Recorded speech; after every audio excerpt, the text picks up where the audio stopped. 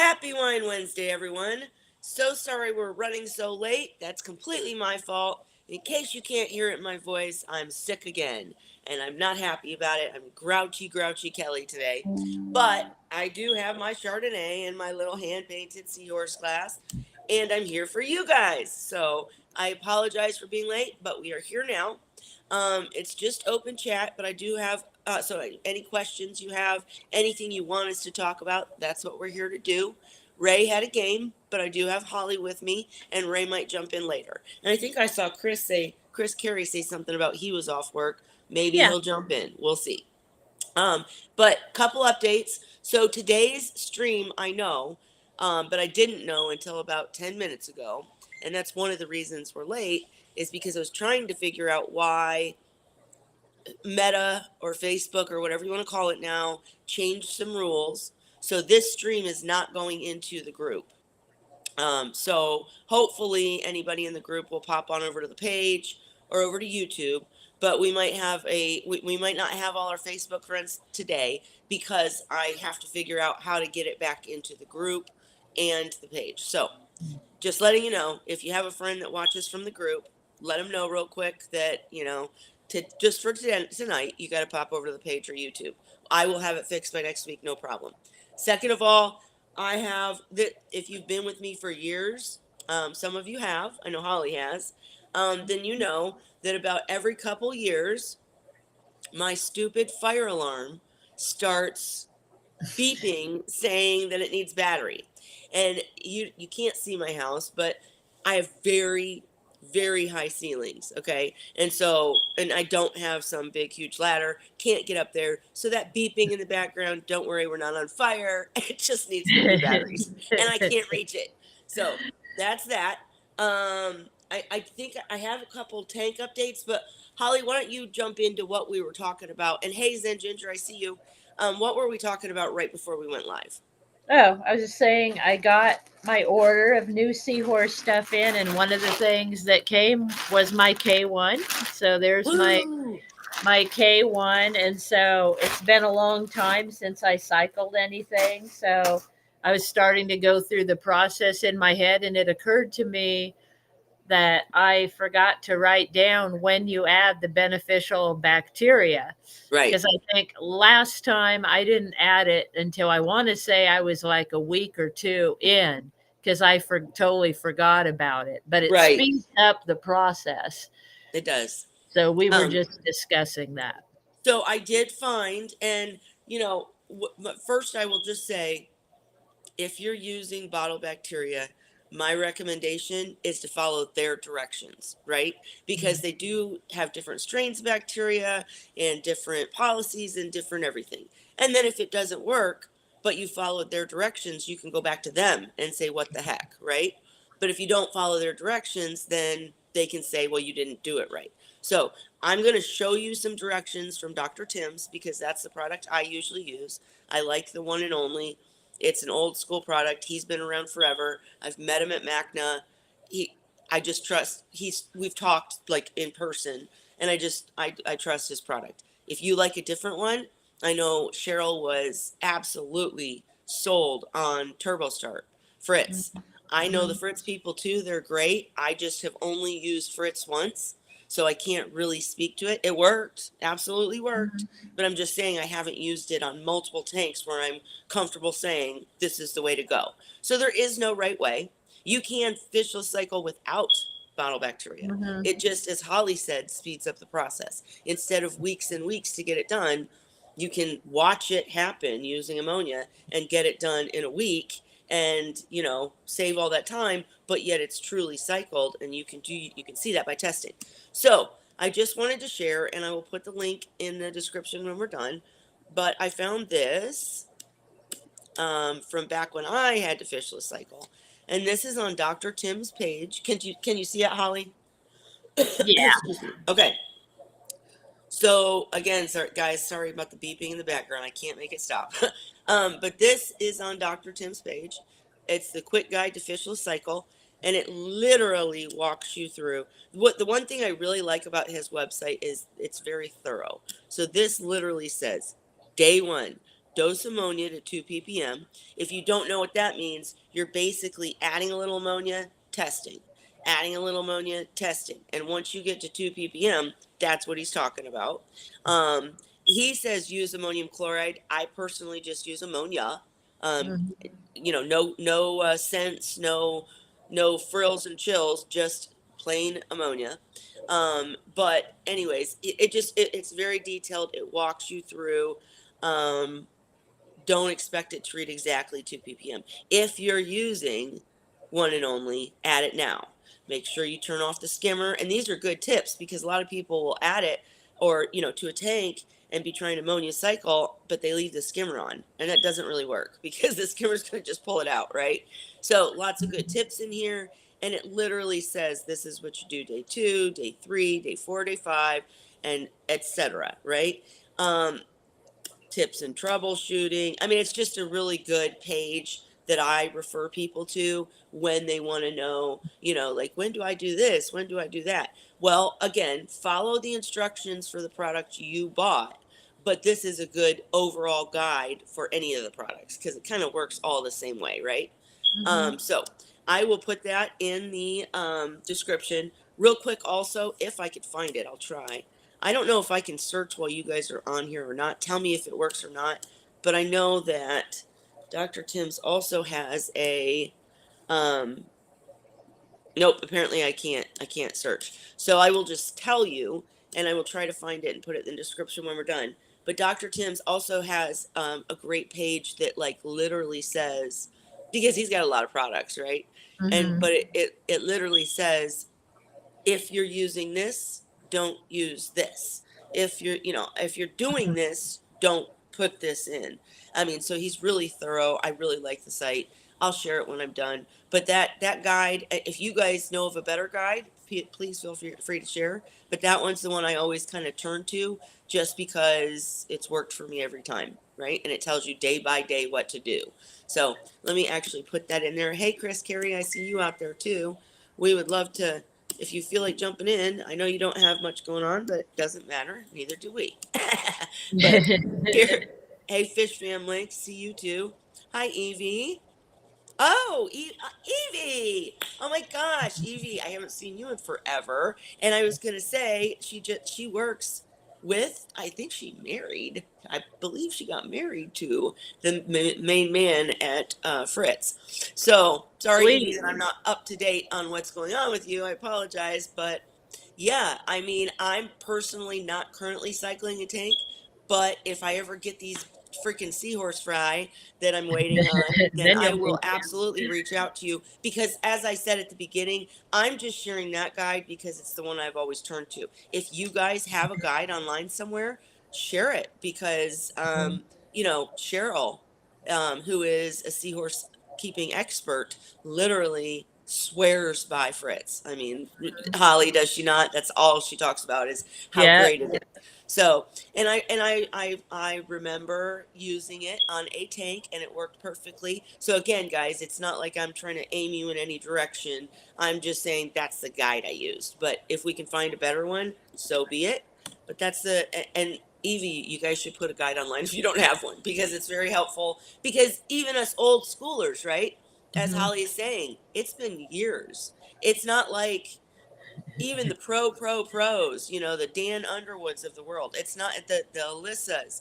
It's not like if they didn't do it for 3 years, it would just come to them. You know what I mean? They have to look it up too, right? So it just, it's nice to have those guides out there. And Shyla, you said you use Tropic Marin's Nitrobiotics. Epic Is that Marine. I no, think that ended up what I used Tropic? the last Yeah, the last bucket I did. I want to say I ended up using that because they had it at the pet store I went to or something. yeah. So again, they've figured it out. They figured out the secret. So whether you're looking at Fritz or whether you're looking at Dr. Tim's or whether you're looking at you said it's Tropic Marine. Is that how Tropic you Marine, I Marine? think. Okay.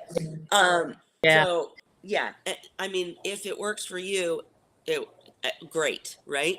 I'm just talking about having that guide there available.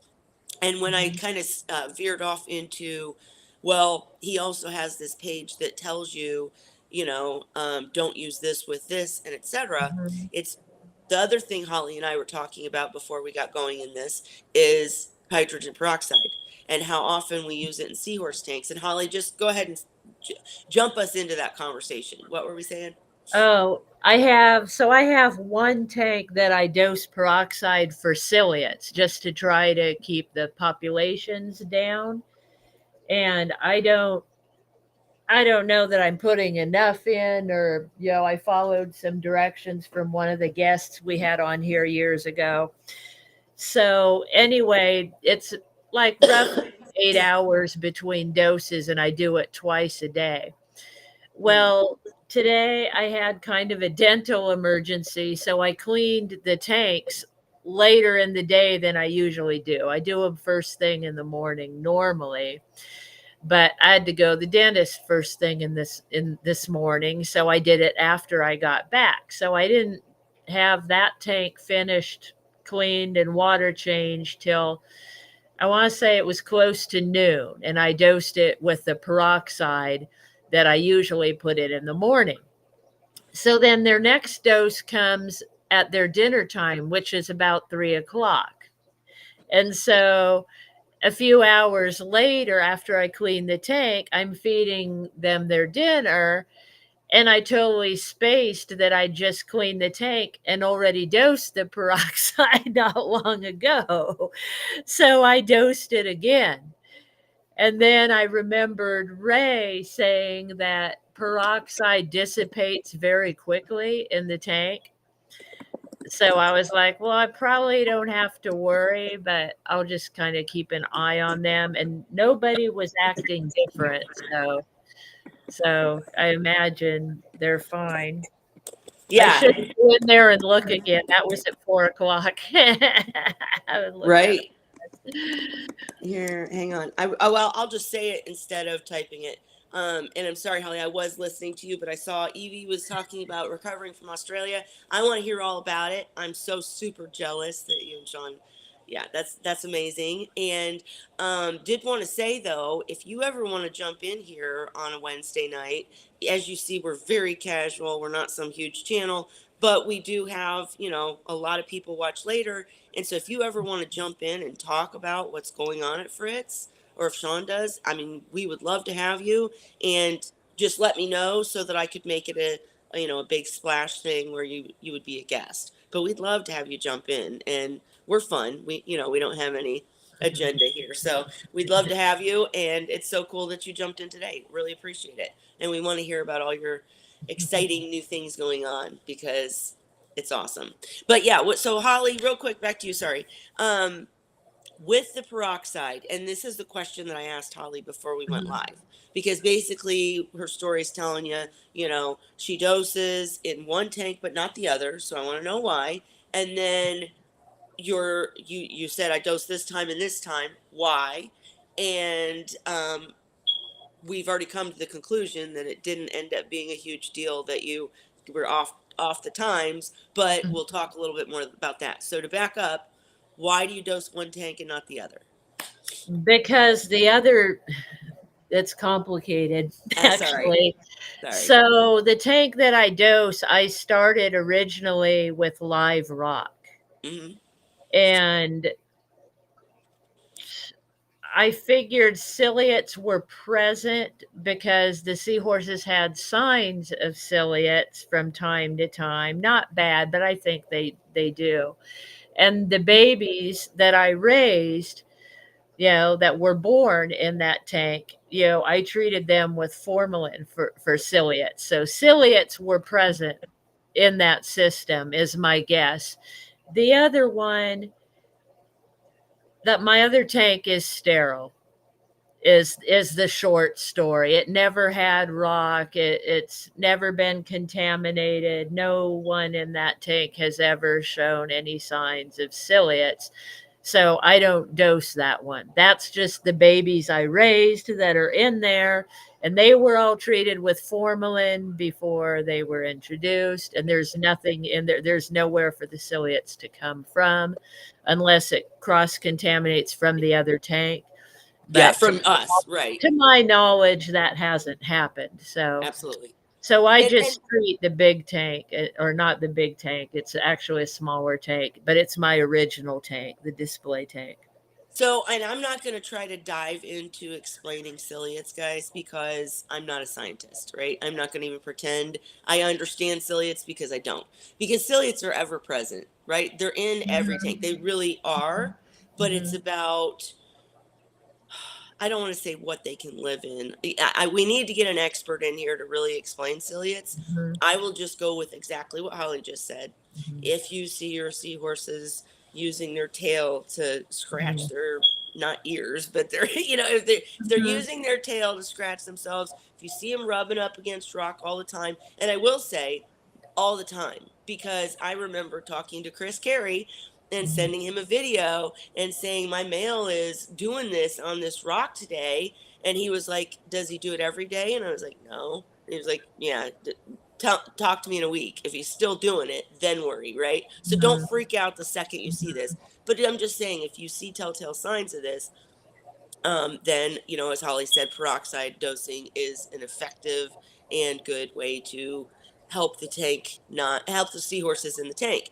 But I love, Holly, that you described the fact that one tank's sterile. Everything you've put in has been something you've either raised and already Hmm. treated Hmm. or something artificial. Whereas the other tank has had, maybe maybe critters, Yeah, stuff it from other places and it rocks. started out as kind of a reef tank. I'll Yeah. put it that way. And it isn't now. Now it's all artificial, but it's the same biofilter media. And all, so they're probably living in it. They're probably not Yeah. as prevalent as they were, or I don't know, but I just do it hmm and that's and as the a the entire precaution. point, the entire real point is that she basically double dosed the tank with peroxide. But Hmm. as she said, as Ray has told us and Dan has talked about, it dissipates so quickly.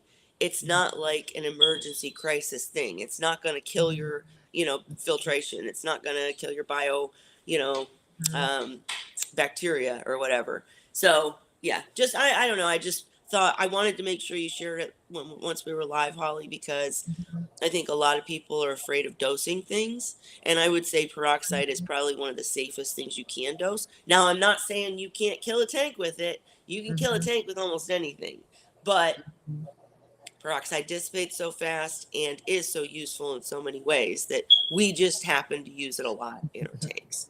Maybe I Um, wiped out the ciliates today. Who knows? yeah, right, right. Hey, I'm that would be probably awesome. not dosing them enough. I mean, the directions were from the person. I think it was Humblefish was on Uh talking huh. about it, Yep. and it was dosing every 8 hours in a 24-hour day, right? But Right. I don't have a doser. It's me pouring it in. Right. So I'm not going to stay up 24 hours to dose every, Right. so I do it. I just do it twice a day. I do it in the morning after their breakfast, and then I do it in the afternoon after their dinner. Is And how I I do. think I'm trying to remember because, yeah, you guys But go on back and tank cleaning day, I don't do it till I finish cleaning the tank because I figure otherwise I'm just you're just removing taking it it. out. Right, right. So, And go back and watch that. You can search within the channel to see specific episodes. I don't always title them, like if we end up talking about a topic, I may not always go back and retitle it. But when we have a guest like Humblefish or if we have Evie on, I make sure that is titled. So you can go back and watch the episode that we had with Humblefish. It was great. Dan was here. It was wonderful. And I'm a key member on their site. I'm not very active, but the Humblefish site is excellent. In fact, I'm so glad you brought them up, Holly, because I need to touch base with them because it's been a minute and I can't even remember the girl. What was her name? The girl that was working on the peroxide. Do you remember? oh my gosh, that's been years. I I don't. know. Well, go back and watch the episode and you'll see her and talk and hear from her. And I feel terrible I can't remember names, but I'm old, guys. But anyways, they're Humble Fish is an amazing site, whether you're talking about seahorses, reef keeping, or treatments of disease. I mean, they have a really good um, amount of information to share. Hey, Ray's here. Hi, Ray. Hello. Um, Ta-da. we were talking peroxide. How's your game going, first of all? 1-1 tie. Oh, wow. So he'll be jumping out in the middle of our talk, I promise. This is the But, third. This is the third game, and Boston won the first one. Toronto won the second one. oh, it's over. Okay, okay, okay. Gotcha. Well, hey, at least you're still in the running. So Bonnie wanted to know, Ray, we were talking about, oh, thank you, Zen, for sharing that link. We were talking about dosing peroxide, why you do it, because I was also going to mention when we did have Humble Fish on, and if you go over to their site, they use peroxide in a lot of times in a lot of tanks for nuisance algae. It's not Mhm. just for ciliates, right? A There are lot of different stuff it does. reasons. Yeah. But Ray, have you ever used peroxide in tanks? Trying to remember now. I may have used it once in a reef tank one time. I did it to get the nutrients down. I dosed the peroxide, but it was just to get everything working in the skimmer in a hurry. Oh, gotcha. Okay. Well, we're talking about, like we've talked. Sorry, and you can tell by my voice I've got a terrible cold, so sorry, guys. But um, we've talked about using formalin on fry, and Dan has been in here multiple times, and then Humblefish came in, and we talked about using peroxide for either algae or for ciliates or whatever. But Bonnie wanted to know, do you dilute the peroxide when you do use it, Holly? No, I just dump it in the sump. It's such a small amount. It's like this much. And And do you I dump it in the sump where the pump is, so it's going to go up into the tank And right away. Holly, when we're done here, can we find either Dan's or on Humblefish a link that we can share for the directions to peroxide dosing? Because again, anything you're throwing in your tank can wreak havoc if you overdo it too much. But with peroxide, it dissipates so quickly that it's not as big a threat and it does so many good things. I'm not currently using peroxide, but I might start because I keep seeing this stupid green hair algae in my tank. So I might just start just for the heck of it. But If you're seeing green hair algae, what was what did it? I say? What'd you say? You got too much nutrient in the tank, I so know that, you're Ray. either putting too much in or not getting enough out. I have Pretty also basic. he's not wrong. I have also upped my water changes because I was kind of slack in there for a minute. I admit it. And I do have, you know, 1, 2, 3, four seahorses in a 40-gallon tank, which is a little too many. It So doesn't have a sump. It's an all-in-one. So I am upping my water change, and it is my fault. I like the peroxide dosing for other reasons too. And my seahorses aren't flicking. But go ahead, Ray. Scold me. Go ahead. tell Bonnie I'd take the carbon out. It'll Okay. probably break down before it has any effect with the carbon, but just to be on the safe side, it's not going to hurt to take the carbon out. But the peroxide is going to break down into its constituents, and well, I don't know how fast for sure, but I would say within a couple minutes. But basically, for me, when I did do it in the reef tank, um, adding the peroxide for some reason changed things so that the skimmer Oh shit. is Sorry. able to remove a lot of the dissolved organics very fast. So that's interesting, Ray. Sorry, I'm kind of hacking over here. But so you're saying use the skimmer when you're peroxide dosing? Oh, you know what? I'm confusing myself with beneficial bacteria. So you keep the skimmer chucking because the peroxide's removing the organics, but then the skimmer's actually taking them out, right?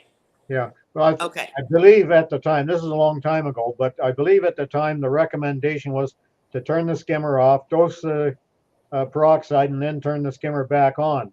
But for me, I figured, well, I'm used to skinners over working themselves, so I just left it on, and uh, it probably was, I don't know, maybe 20, 30 seconds before the skimmer started really getting loaded up. Yeah, we can never forget the picture Ray shared many Well, that times one, of. yeah, but that one didn't even have peroxide in it. Right. But his big, huge homemade skimmer that overflowed and was all over the ceiling. Yeah, I'll never forget that picture. But no, I get you, Ray. That wasn't peroxide based.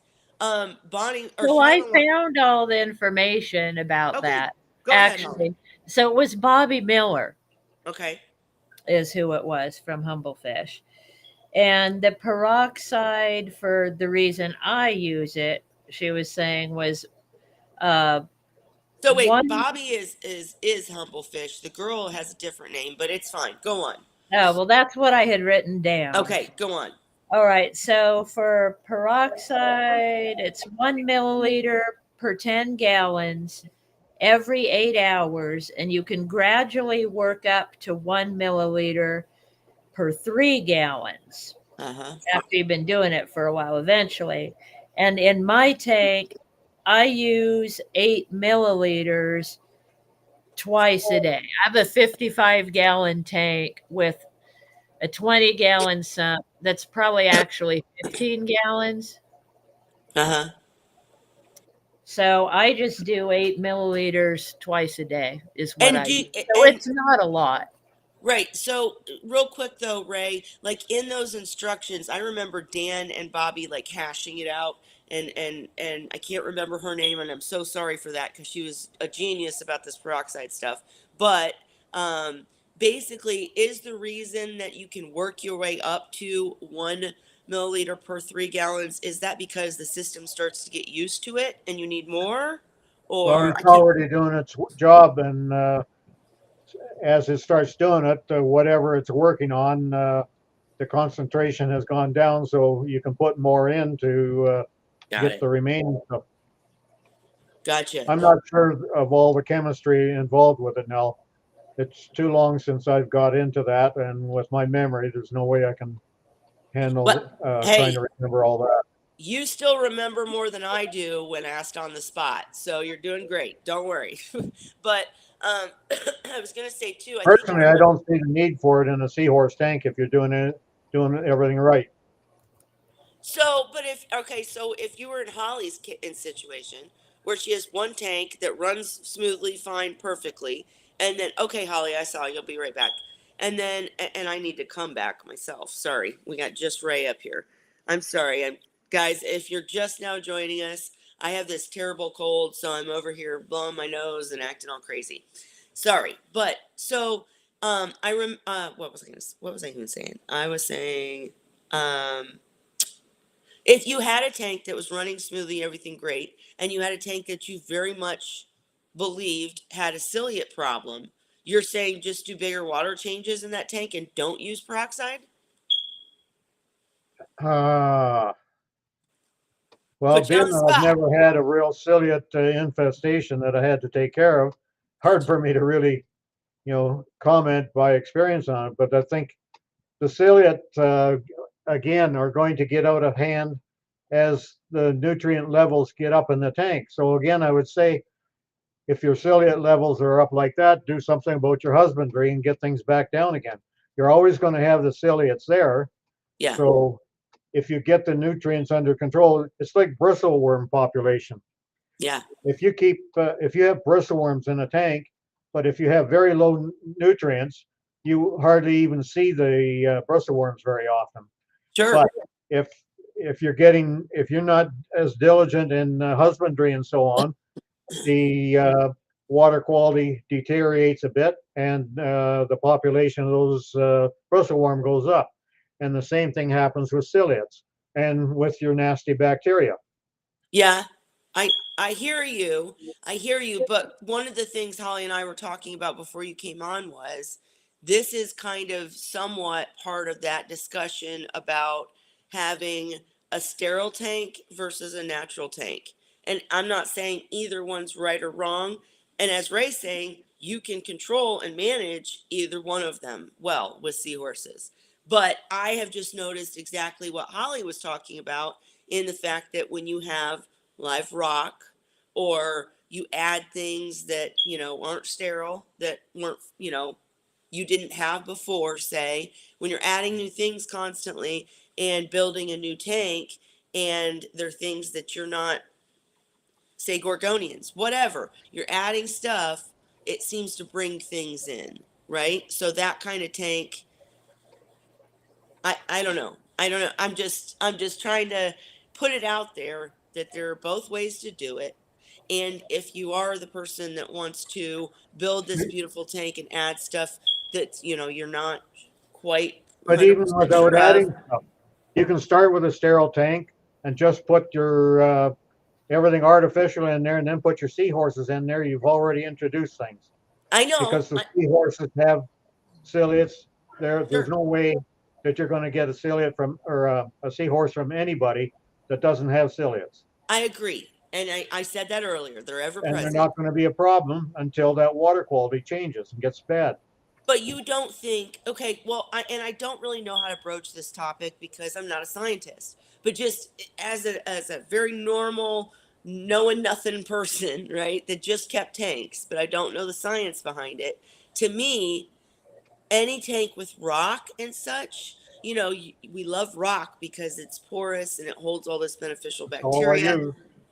but it also holds some of the bad stuff like aptasia and etc. if you don't cycle it yourself. And I just feel like I guess it's probably a really stupid question, Ray, but do ciliates, you're saying they thrive on nutrients, wouldn't the rocks that or wouldn't the nutrients that, like the phosphates that are leached from rock, the stuff that's leached from rock, the stuff that's in rock, isn't that raising the nutrients for them? Well, being that I used rock for well over 30 years, Yeah. and I didn't have problems with them. So I mean, I hear you. Ray's always going to say, it's your fault, do bigger water changes. And no, he's not wrong. He's not wrong. it's not necessarily your fault if you just don't know that you're not doing enough, or the Right. reasons why you should be doing more than what you uh, have been doing. You know, so that's not your fault. If somebody explains it to you and you don't do anything about it, then it's Then your it's your fault. So it's my fault, anyways, because I'm lazy. Um, Real quick, I think Holly has something to say, but I didn't ever answer Shila's question. Does peroxide affect pod populations? Do we know? peroxide. Yeah. No, it's not going to affect your pods. Yeah, because I feel like you can use peroxide even in a I'll use it hatchery, in the right? Artemia. Yeah, but pods though, is there something different about pods? Nope. Yeah, I don't think so either. Um, Let me check on that. Oh, I did want to say before we move I think forward. Dan used to say that peroxide wasn't good for copepods, but Yeah, I feel like I remember that I too. used it. But obviously, I didn't do it at the same strength as Artemia because the copepods were a smaller animal, Sure. and And I think I used less because I had peppermint shrimp at the time when I started using it. you know, Ah, gotcha. So, but it's never killed off a population of pods. It's just you might want to use less because they're more, they could possibly be sensitive to it. Is well, I that don't the, think it'd be a problem with the shrimp, the peppermint shrimp, but it would maybe be a problem for the offspring if they have any. hmm, gotcha. Interesting. Um, I did want to say real quick, totally left field here, guys, but I did reach out to CChem about our questions from last week about the expiration on Prime and etc. I have not heard back. I checked right before we went live, so I'll follow up and try to reach out again. But I did not forget. I'm still working on that answer. When we do ask a question here, it might take me a minute, but I will get us an answer. I promise. Just wanted to say that. But let's see. It's pondering away. I keep telling myself that. Oh, and Zen, I want to say something about what you just said. You just said, and I'll go back to your question, Bonnie. I see it. But 2 minutes and you have to go again. So, Ray, you can answer first. Why would someone even want to start a seahorse tank when all we talk about is all these problems? Well, first of all, if you're starting a tank, you don't know about all the problems. But see, Right. well, they're here with us, and we tell them. But it's very seldom. Well, there's a lot of people that once you start telling them, look at the message boards and that. When you start telling people, there are quite a few that decide it's not for them. And that's not what I want to see happen. What I want you to take from this answer, Zen, is Ray just got through telling you he never had to use peroxide because he never had these problems. Because all he And did, I might not have to. I just do it. right. So, right. And we'll get to Bonnie's question. Bonnie wants But to the know thing about is, preventative. But the if a thing is, person Ray looks at did this some, for years without ever having any of the problems we discuss. Or maybe once every few years he had a problem. And we talk about the problems just to help somebody out there that's having that problem, right? But I say this to Holly all the time. I say all the time, we got to start talking about the positives because we come in here and we talk about problems and people think that Seahorse tanks are so hard. Seahorses are harder than people think. okay, It's quickly just, though, before I go, yes, um, I don't want everybody that's easily turned off to be talked into going and doing this because if sure. they can be turned off like that, they're going to have problems later on anyway because they're not going to have the same drive that the people that can't be turned off. Mhm. I agree. If you're not in it for real, move forward, move on. Anyhow, I'll be back at the end of the game if you're still going. All right, sir. Thank you All for right, popping Ray. in. But Zen, I just wanted to, you're not one of those people that don't have the drive to make sure that you set up properly so that you don't have all these problems we're And you're talking about. keeping fish already. Yeah. It's not any different, and it's probably easier than some of the fish you keep. The thing is, life is like that. There's always going to be something happens Yep. with everything. So that's what we talk about because that's what we're helping people with. So if Right. we had a forum on goldfish, I could even come up with stuff about the goldfish, Right. and they're super easy. Exactly. And I totally agree with what you just said, Holly, because we talk about we stress, we come in here and we say you can't have more than this many seahorses and you got to do it this way because this and you got to have a huge skimmer because of the organics, and we have all these talking points, but the bottom line is I will tell you, I've kept freshwater, I've kept reef tanks, I've bred both freshwater and saltwater fish, and then I've kept seahorses. My seahorse tank right now, even though I bitch about it because when something goes wrong, it sucks, is the easiest tank I've ever kept in my life.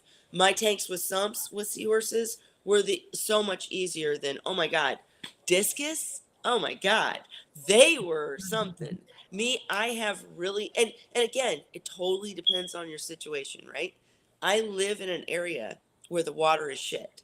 Like my TDS is 430. Okay, and you're talking discus who need that brackish soft water.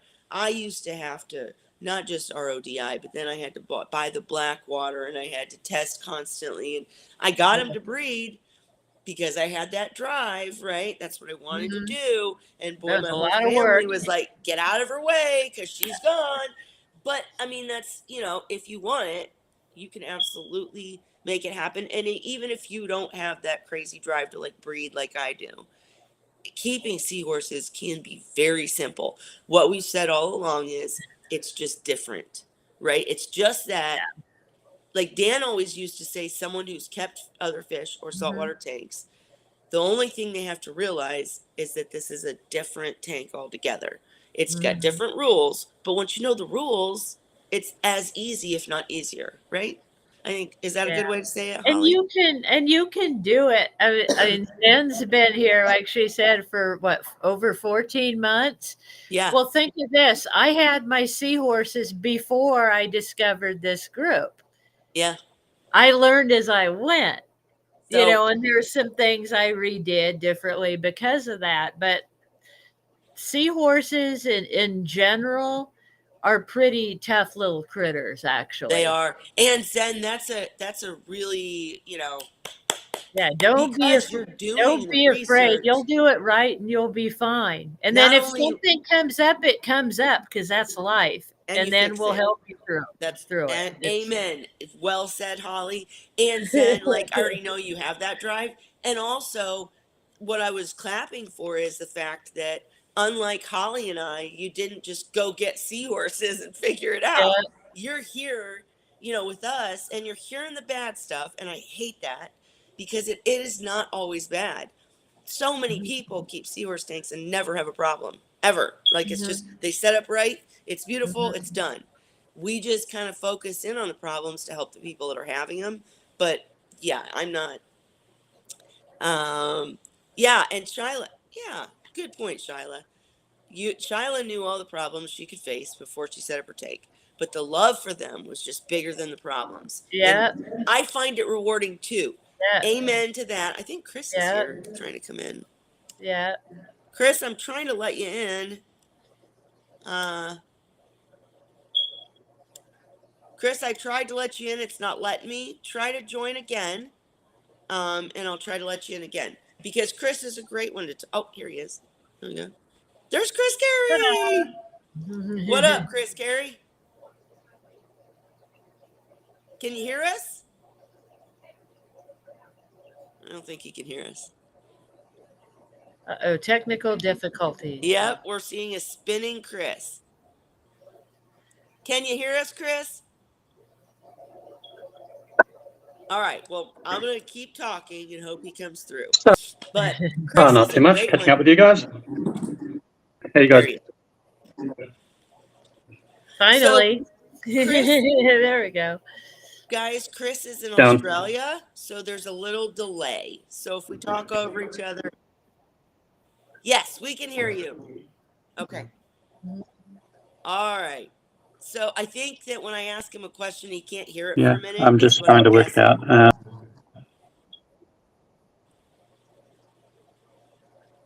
So you know what I'm going to do? I'm going to boot him and I'm going to make him come back. We want him Is to it come working? in. Hang on. I'm going to text him real quick.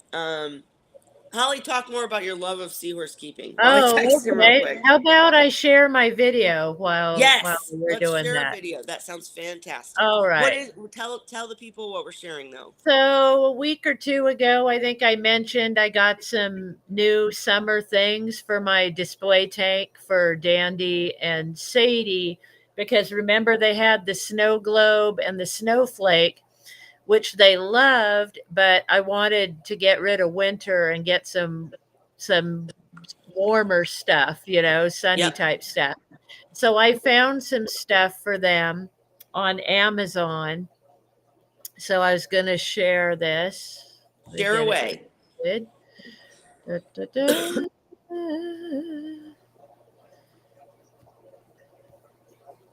All right. So let me get this back to the beginning. So I found this heart-shaped coral, and it's about the same size as Dandy's snowflake that he liked to sit in. Oh, I love it. And they both love it. And see, it's a heart shape. I thought that's so cute. And yeah, so here they are flirting near it. I love that piece. That is so Isn't cute. isn't that cool? So you can see his dish is sitting there. Yep. So he likes to come get in the middle of that and sit there for breakfast. It's comfortable for him to sit in, just like the snowflake was. Aw. Yeah, so I had that one. And then I got them a volcano too. Let's see if I can find the volcano. I think this is Sadie looking at it. Ooh. Not showing. There's the bubbles of it, but let's see if I can find one of the actual volcano. So it Maybe spits out this. bubbles though? Yeah, nah. That's just her in the heart. I hadn't put the volcano in yet. Look how she looks Oh, here red. we go. This one has the volcano. So, Aw. yeah, so it makes bubbles. And I don't think. Oh, you can see my little crab right there going to check it out. I had just put it in. and he was already like right there checking it out. Yes. Oh yeah. And then Sadie was next. Let's see if I have a video of her with it. So which was the one of, oh, here we go. There she is with the volcano. So now she's checking it out. You can see the crab is still there. But yeah, within Yes. a few minutes, she was over there taking a look at it too. Like, what's this? And So I mean, Holly, you are the queen of finding cool pieces. Bonnie's just said, she was like, that is so cool. And Evie loves that and piece, you can the see heart she piece. can sit up here if she wants to. I, Yeah. I turned it down a little. I can adjust, the bubbles, so it's not going as much as it is here now, but So yeah. just out of curiosity, have any of them started going, like sneaking up to the top of the volcano and then going up in the bubbles? She will sit sometimes up here like she does with her other bubbles, because remember she has another bubbler that she Right. sits in like every night. She likes to sit in the bubbles. Let me find I think this might be the slow motion one. Let's see if it's this. But Oh, she likes to sit on this hitch right in the bubbles all the yep. time. So when I put the volcano in, she realizes it's bubbles like this, but this is still her favorite spot. So she doesn't really sit in that one. What Gotcha. she will do is hitch around the top of the volcano, which is pretty cute. She doesn't stick herself in the bubbles, but she'll sit right next to them. She's not scared of them. She knows Right. what they are. But yeah, When, she loves her little spa treatment every evening after dinner. She comes and sits here and yep. takes a bubble bath. I was going to say, did you have more videos to share or do you, Uh, I well, can if you need me to. If no, not, I'm ready to go back. okay. Well, we want to see, oh God, don't make me big. Hang on. We want to see more of the videos for darn sure. There we go. But I was just going to comment on that. So, and we do have Chris with us. I'll talk to you in just a second, Chris. But I was going to say, So like, here she's looking at the volcano bubbles. oh, So wait, see how hang she on. can sit there and sit in them? Yeah, love it. I was just gonna make the point that gosh dang it, it keeps going back to just me. You guys don't want to see just me. Um, the point that I'll never forget many years ago, I posted this picture and I did a TikTok of my seahorse hitched to a covered power head, right? A Jabeo wave maker, and it's Yeah, yeah. covered and whatever. But he hitched to the line, to the electrical, the wire.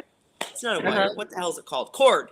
He Yeah. hitched to the cord, and he would lay on it with his face in the flow so that he's going boom, Yeah. boom, boom, boom, boom, boom, boom. And I Yeah. So posted up this here. picture and I was like, Yeah. loving the flow or something. And I got all these comments like, oh, I'm calling PETA on you. You're this Well, he terrible chose to be keeper. there. And That's I'm the like, thing. he's chilling. Okay.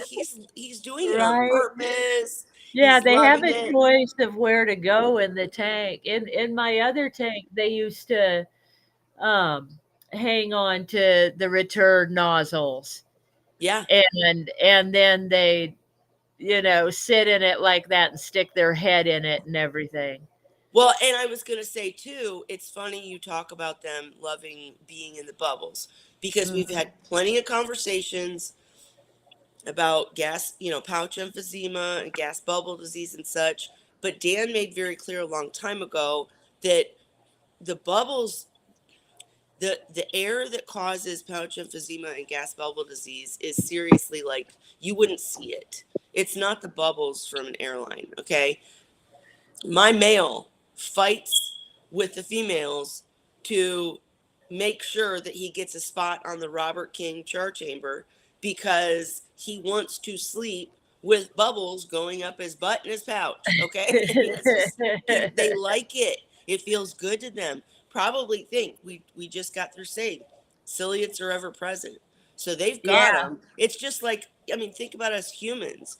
You know, it makes me creepy crawly to think about the stuff that really, like, if we got scientific about the stuff that's on us, I can't think about it because it makes me crazy. But every time you get an itch or whatever, you know, you get to scratch it. I mean, think about having bubble, like being in a jacuzzi. I mean, it's amazing to them. Yeah. Chris Terry, I want to know from you, why Yeah. should Now. people want to keep seahorses when all we talk about is how many problems you can have?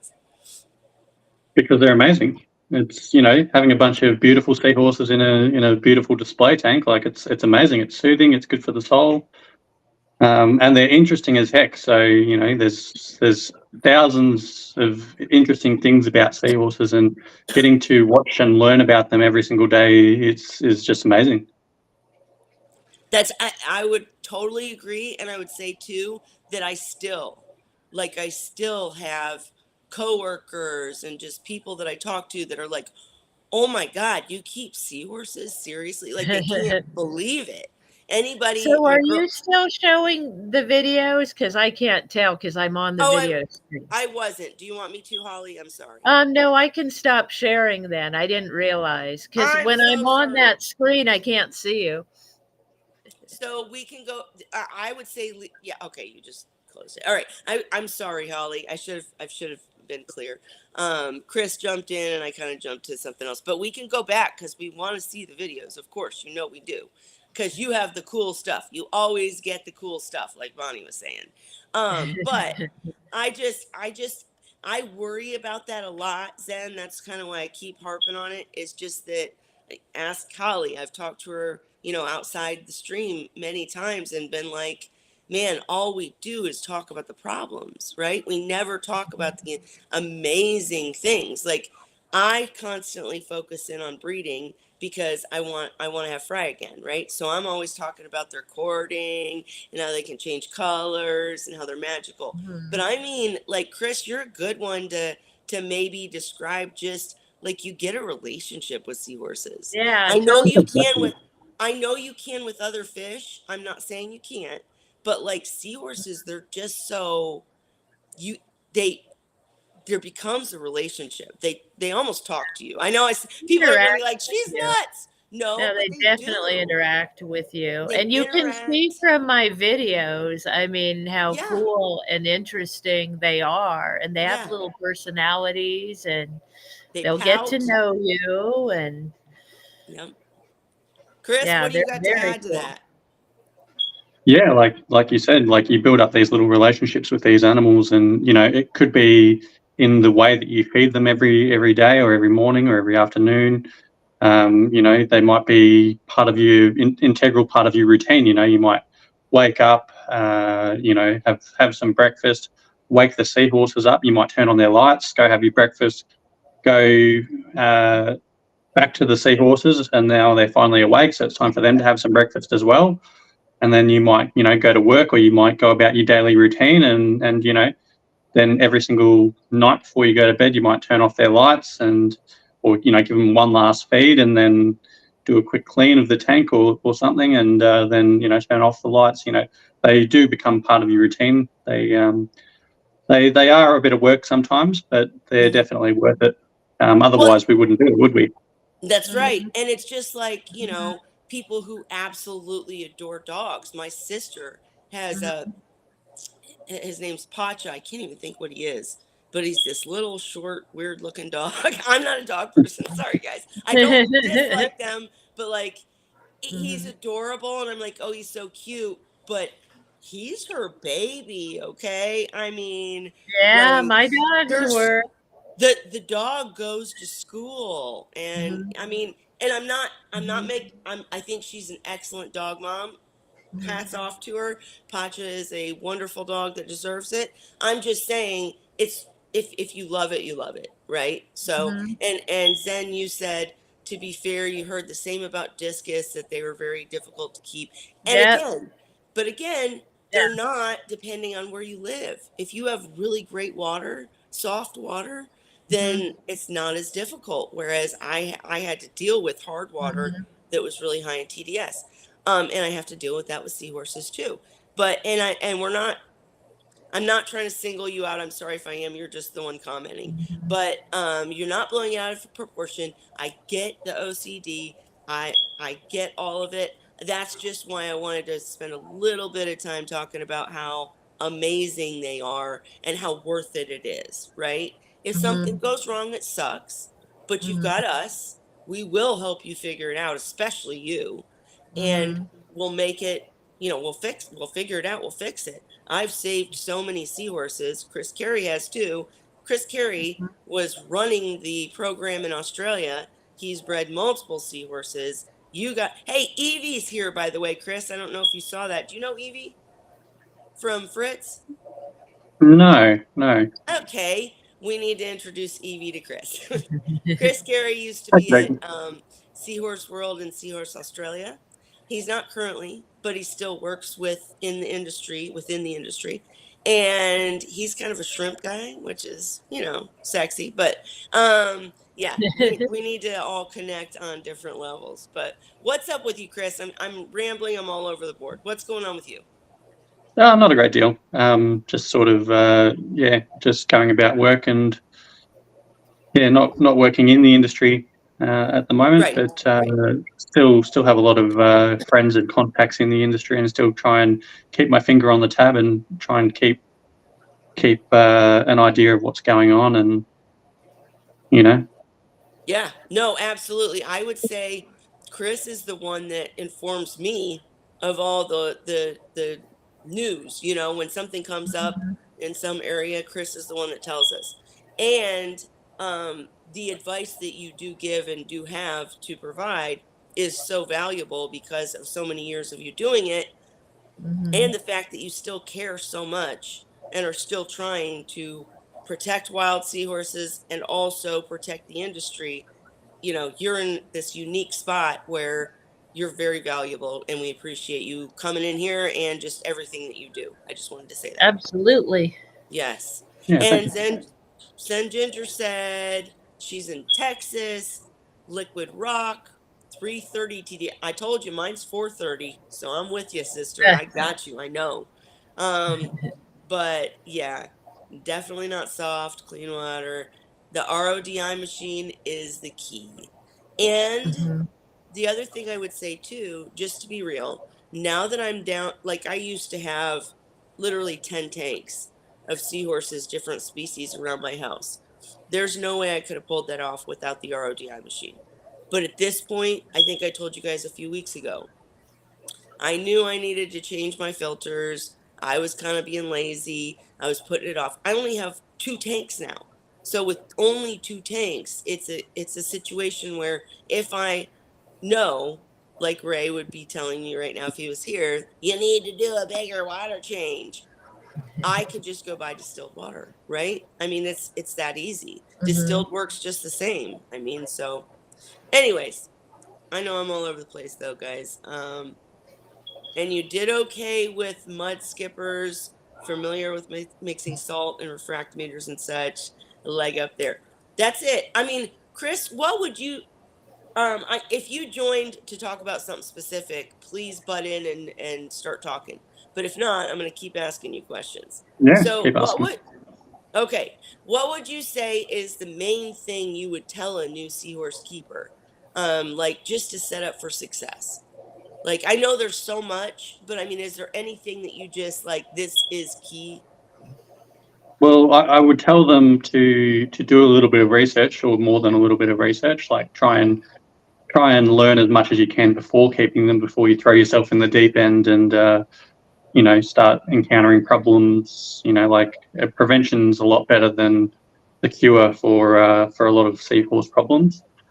Hmm. But I would suggest that they learn the basics before they jump in, and I would suggest that they get captive bred livestock rather than wild caught, just because wild caught stock have so many other issues associated with them, like they might find it harder to adapt to feeding off frozen foods. They want the live stuff. And usually they've been through several sets of hands before they actually even reach you, so they might even be in poor health by the time they get to you. Whereas captive bred livestock, you're usually buying them either directly from the source, or they've been sold to a shop who then sells them to you. So there's less hands in the chain of command before they actually reach you, which means that there's less stress involved, and they're more used to aquarium settings, I guess.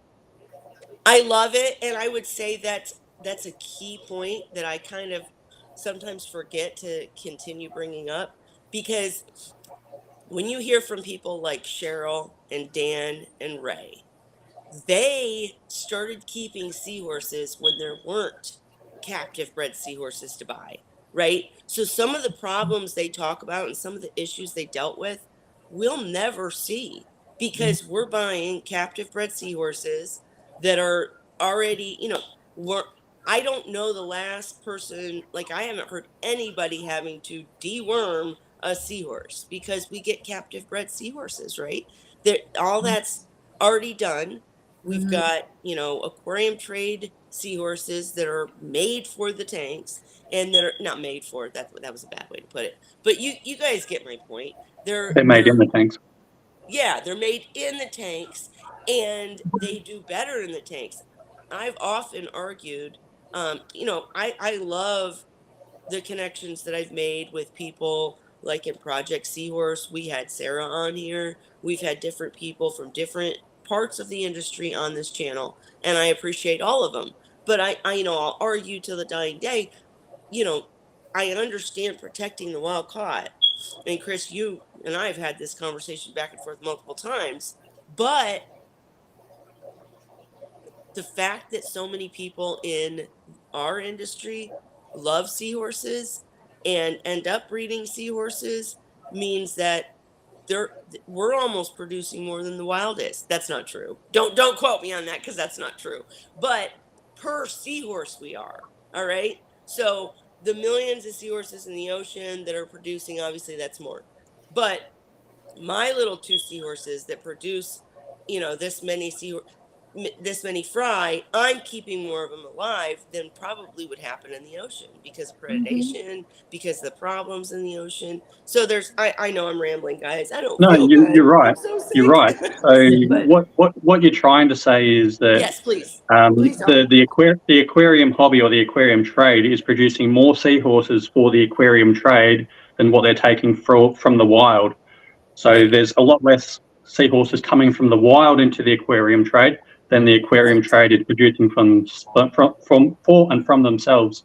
So it means that it's more sustainable. It means that the seahorses that we want in the aquarium trade are mostly coming from the aquarium trade rather than taking them from the wild again and again and again.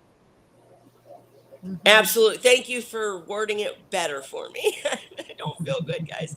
And Shyla said Chris has been a huge help to you, or to her, excuse me. Only person she can ask specific whitey eye questions. Speaking of Yeah. which, we haven't gotten an update. What's going on with the little Yeah. bitty cutie whitey eye? We need some posts, Shyla, or we need you to Yeah, jump we in could there and see them. That'd be sweet. They're 2 months something. old now. I think she said they just turned 2 months. 2 months. And that's the fun stage. Are they on Frozen? I think they are, aren't they? I can't remember. I think yeah, they were starting to eat the frozen Because last we heard that's the a big week ago hurdle. or so. And like again, guys, just because I'm focused in on Fry because I miss their cute little faces and I want them again, doesn't mean that's what you have to do in your tanks. You can have a simple, easy seahorse tank and not deal with the fry and all the live foods and all that crap. If you get captive bred seahorses, you set up your tank properly, then I'm looking at you, wink wink. It's cake, right? If you're set up right, you just I can't say you won't have problems, knock on wood. I'm just Yeah, saying, I just have pets now. Mine aren't breeding anymore. I don't have anybody breeding. right. It's nice because yeah, they interact with me. Yep. They're still interested in each other. Yeah, they still flirt with one another, but I don't have to stress about anybody having babies. You know, they're very social. They don't have to So mate social. when they're So together. social. They don't But always. there's You can keep them in a group and not have babies too. absolutely, and they're social with you, right? That's my Hmm. favorite thing is walking up to the tank. And if you, like in the morning when you're turning the lights on, they're still Yeah. asleep or whatever. I don't know if they actually They sleep or they whatever, but start waking up. I'll tell you because I get up hours before my seahorses do, so I can have some time to myself before I yeah, take care of them. So their tank lights are not on yet, but there's some light in the room, like from my husband has the TV sure. on and I have the kitchen light on. We're having coffee, whatever. And Sadie will come and sit on her hitch right next to her dish where she eats her breakfast and watch me and say, "Okay, I'm here. I'm ready." Right, Holly, you've told stories about certain seahorses like letting you know that other seahorses weren't doing well. I mean, they're Yeah, very they do. communicative. I don't know if that's a word, but they will Mhm. communicate with you. And what I was trying to say is, excuse me, I keep coughing, guys. That's why I keep going away. But like in the morning when I turn the lights on, they don't rush to Mhm. me because they're just waking up. But you see their heads turn and they're like Mhm. figuring it out and whatever. And then, but like when you walk up to the tank at lunch or dinner or whatever, Mhm. they're just they're just awesome. Like I really They're love them. They excited they swim to up, see you. and yes, as Cheryl has always pointed out, they're excited for the food, not you. But does it Mhm. matter? It doesn't matter to me. I'm just like, hey, Tootsie Wootsie, come on. And they swim in front of Oh, they're you still and they though, do these even moves and they're not just so just the elegant. food. They'll be interested in what you have or Excuse what you're doing. Like if you I'll sit down sometimes next to the tank with a cocktail or something, let's say, or a snack for me. Oh, they're paying attention. They want to know what have you got. You know, when Right, Yeah. right. you can see when I put that volcano in the tank, everybody had to check it out. Oh, Yep. mom gave us something new. What's this? And they kind of know, like as years go by, because my seahorses are a few years old now, they They kind of trust you. know that you're giving them something Yep, they because trust you. that's what you do. So they're like, oh, what did we get today? What's this? You know, they get braver over time. They're more trusting of you and what you put in the tank.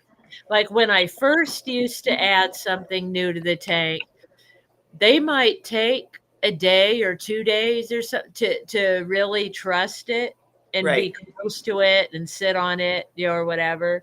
Now, when I give them something, usually within like a few minutes, within an hour, they're checking it out. They want to see what it's about. Even the crab, like you saw Yeah.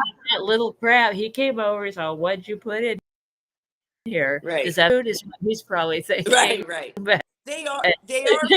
They are but food they're motivated. curious. But Mhm. I would say too, that's one of my favorite videos I ever made. And guys, I haven't been making videos in a minute. I need to get back to it. But I'm so some of them are you'll they're not professional, right? I just made them.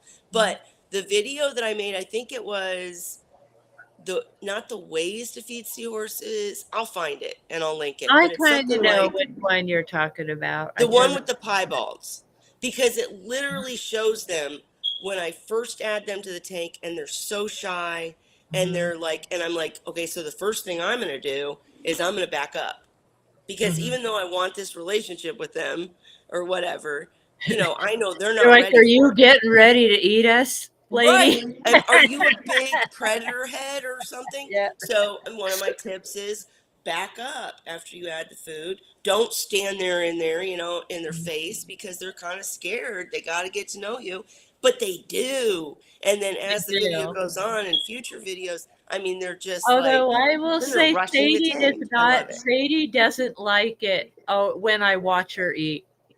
Yeah. Why? And sometimes when I'm videoing her, sometimes she'll stop.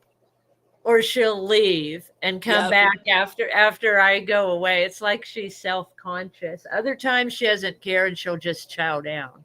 That's so But funny. sometimes, yeah, she's got quite a little personality, and sometimes she doesn't feel like being watched, and she'll turn her back too. Yep. She'll sit there sometimes, but she'll turn around so she's facing the back of the tank instead of me. Hmm. Like, It hey, took you me. can leave now, Mom.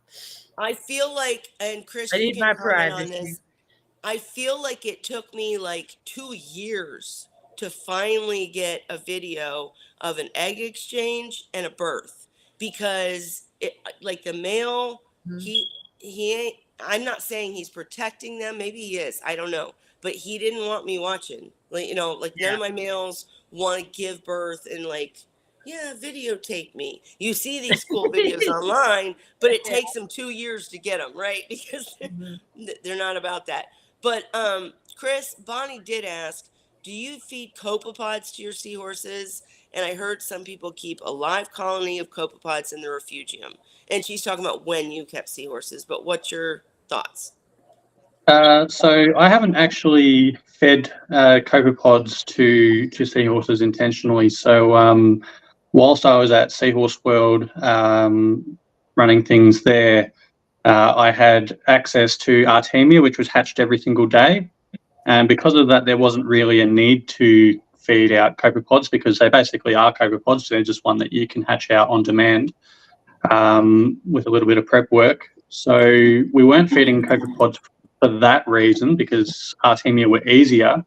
But on the other hand, the other reason why I wasn't feeding out copepods is because here in Australia, we don't really have as many people culturing copepods on like a commercial scale that would be able to supply a place like Seahorse World. And I did want to basically set up my own commercial cultures at the time, but I was having trouble sourcing single strain of copepods, so I would know which species of copepods I was working with. Most of the shops and places here in Australia that sell them collect them from the wild in a special like copepod sieve or net, and basically just feed out a big mixture of everything that they catch, which is fine.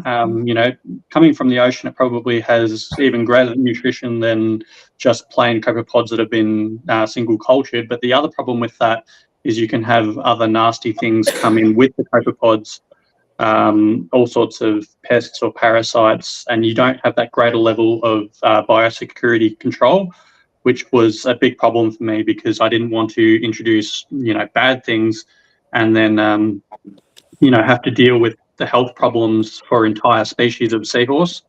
Back when I was running it there, we had 8 different species of seahorse that I was keeping, and I didn't want to, risk the health of any of those animals.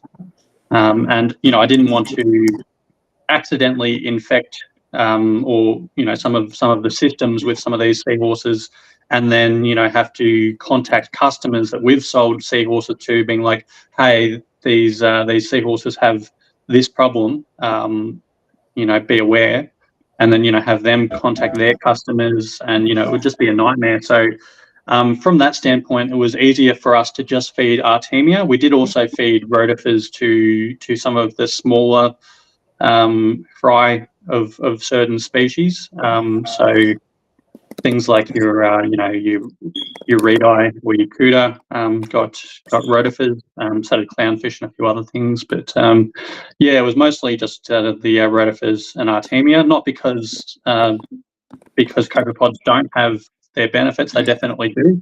I just didn't have a good source for them here in Australia, like you guys do over in America. I'm actually a little bit jealous. I wish that we had access to single strain cultures of copepods here in Australia. There are actually a few people doing them now. We've got some of the Tisby copepods and a few of the others, but it's a lot of work in culturing them and that, and I'm not sure Australia is a big enough market to warrant having 6 or 7 different varieties of single strain copepod cultures. So I don't know if we will ever have, the same access as you guys have in America to, single strain copepods that, don't have any pests or parasites or bad things with them. And there is always that biosecurity concern for me. That's, I've dealt with eradicating pests from aquaculture systems in the past. It's an absolute pain in the neck, and it's not something I'd wish upon my worst enemies. Right. So yeah, I'm just always a little bit paranoid from that aspect. And the question about feeding them copepods, like Bonnie, I'm just curious because I know you're getting ready to set up your seahorse tank. I'm so excited. We want you to come in here too and share. But so are you just talking about like having copepods in the sump as like if they make it to the tank, a snack kind of thing, or a feed? Because There, when we get it, go ahead. there are actually like groups on Facebook. I'm pretty sure there's a Facebook group I've been on forever. It's called like Live Copepods or something to do with copepods, anyways. And a lot of people just keep either ponds or large buckets or totes outside, and keep a strain of, or some of them even keep them inside with a light on them, an automated light on a timer, and they basically keep a culture of copepods going all the time. But a lot of those are in countries like the UK or the US, and all over the world, basically. So yeah, you can keep live colonies of copepods going, and you can feed them to your seahorses. It just pays to know what species of copepod you're working with in the first place, and where you That's it. source them from. Yep. The he just nailed it. It's where you source them from to make sure they're not adding anything bad, and the strain. Because we've had this disagreement on this channel where Holly's used the Tigerapa Tigger pods. Yeah, Tigger they're called pods, Tigger pods. and then Yeah. we've had Cheryl say, don't use Tigger pods because they will attack the seahorse. So it does depend on the situation, depends on your risk tolerance level, what you're willing to risk. But keeping copepods in a sump, like if you're doing, say, a refugium or something in the sump that would make sense for copepods, I don't think there's really a negative to that, right? If you source correctly and get the right strain. Would you agree, Chris? I mean, Yeah, I've not yeah, done it, but I don't see a problem with it.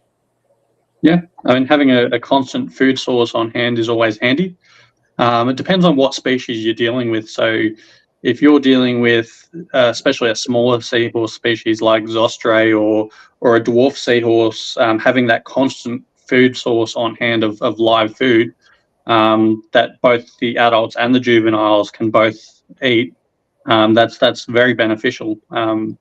Whereas, if you're dealing with a larger species like your abdominalis or your erectus or even reedi or cuda or barbari or slabelongatus or angustus, whatever, those larger species, once they reach a certain point, the live They won't foods eat them. aren't going to be Yeah. that good for them. So No, it all depends on what species you're dealing with. For raising fry, copepods are fantastic.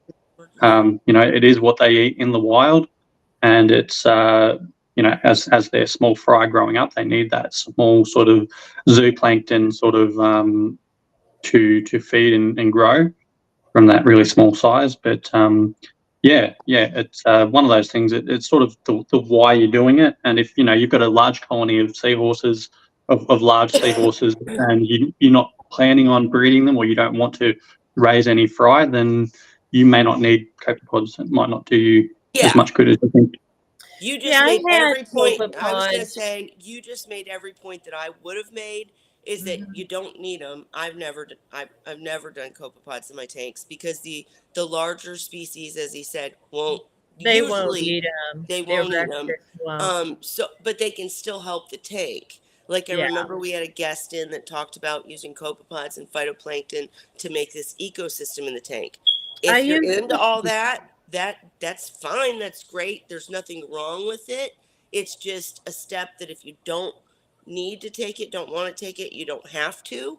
And I would say too that he was also absolutely correct about like the phytoplankton aspect because when even with fry, when you're doing Artemia, you've got to enrich them because they need certain things that aren't just in Artemia because they're not like a copepod and in the saltwater, if that makes sense. Go ahead, Holly. Sorry.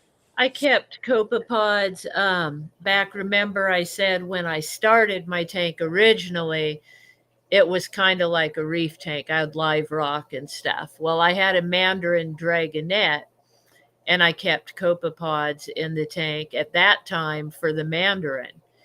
And the seahorses didn't eat the copepods at all. They had no interest in copepods whatsoever because they're And so. I know Cheryl was working with amphipods, and we need to get her back in Mhm. here to share what's going on. And they're bigger. They're But bigger. my seahorses critters. never liked amphipods either. Mine didn't either. They They got just creeped out by them. I saw a yeah, seahorse jump when it saw an I'd never seen a seahorse jump before, but she jumped. they She's like, do. "What are you?" But I think it's a case of Chris nailed it in the beginning. If you can source a truly clean population of whatever you're trying to feed your seahorses, it's worth a shot. I mean, Cheryl talked about feeding them krill. Every time I've run out of food because I'm lazy and because I'm not very organized, and I do run out of food. Every time I've run out of food and had an emergency where I had to rush out and get something, if the store didn't have what I needed, it was a crisis because my seahorses wouldn't eat anything. I mean, any of that crap. They only wanted the frozen mysis and, like enriched artemia and then live mysis. Of course, they always loved, but you got to think about what they're actually eating. Like their natural instinct is not to eat an amphipod, I would think. Or am I wrong, Chris? Depends on the species. Some species would naturally eat them if they had them in their habitat. It also depends on the species of amphipod. I've worked with amphipods that look a lot more like a like, I don't know if you guys get them over in America, but a slater, like a they live in forests and that, little like pill bugs or whatever. They Yeah. some of our species of amphipods that I've lived and worked with lived in the areas where they were naturally around look almost more like a pill bug or something you find on land. They're almost a terrestrial semi-aquatic species. And there are some species here in Australia, like they've made news headlines and whatnot in recent years, where people have gone to the beach and the sea lice or amphipods, the flesh-eating variety, where they'll start biting into your legs when you go to the beach, and so like they're not the sort you want with your seahorses, trust me. But there's probably thousands, if not tens of thousands, of species of amphipods out there, just like there are different copepods or whatever. And your seahorses are going to want a species that's the right size and the right sort of swimming profile and the right sort of it has the right sort of movement profile to them where it'll catch their attention and they will want to feed on it. And the right sort where they're not going to cause any problems, like they're not going to try and eat your seahorses or I remember a few years ago I had a problem. I think it was back in 2019. I had a problem in one of my seahorse tanks at Seahorse World. We had a burrowing parasitic copepod species where it was part of their natural life cycle where they would actually attach to a seahorse, burrow into their flesh, and then they would crawl inside, lay a bunch of eggs, and die. And then after they died, all of the parasitic young would hatch and start feeding on, and basically it created like this giant sort of pimple cyst on the size of the seahorse, which was absolutely gross, and it was very, very large, so it was very, very noticeable. And then they would eventually hatch out. It was like watching a pimple burst, and then you've got all these little free swimming parasitic copepods. So I'm going to say again, Zen Ginger, this like 99.99% will never happen in your tank. Please don't let him scare the shit out of you, because that makes me creepy, crawly, grossy, grossy. Go ahead, Chris. This is why I'm paranoid. This is why I I'm very, very careful about what I'm introducing to tanks, because I've dealt Yeah. with the horrifying case of what can happen, and that was introduced through live mycids. That was introduced through live stuff that we captured, and there wasn't really any screening process for introducing them into the tanks, and that they were some of the nasty consequences that came with it. And then after that, I had to go through and eradicate all of them, and basically put all of the seahorses through treatment to make sure that we got all of them.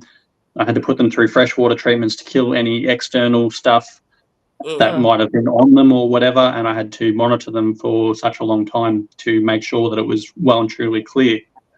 So the moral of the story is set up right, only buy clean, and we can help you fix it if there is a problem that you probably won't have, but we've dealt with all the problems, so we can help you if they happen. And Shyla said, my female gets excited and chases the amphipods. My male looks like he's trying to avoid eye contact with the weird ant in a family gathering. Absolutely, right? So, Yeah.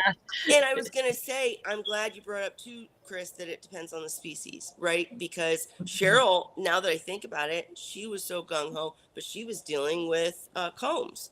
So, maybe it's the species dependent. We should do some more talking and research on that. But I do want to ask, because Holly and I have talked about this behind the scenes, and I hate to bring up another scary topic. This is the Oh last one for the no. night, guys. But Here we no, go. no, I know. Holly's like, shut up, Are Kelly. you Don't sure, do it. Kelly? I know. What are you gonna say now?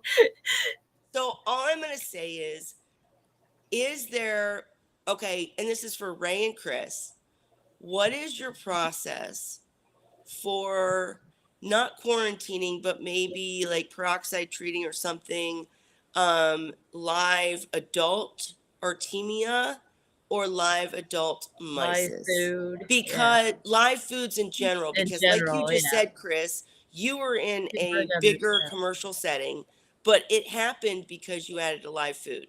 And here we are saying, yeah, give your seahorses a treat now and then. And I have vendors that I trust, that I know I'm getting clean supply. But for someone that's just buying from their local store, like I'll tell you the truth. The reason I'm saying, me and Holly have talked about this previously, is I have bought from a local store adult artemia. I was trying to get my seahorses to breed.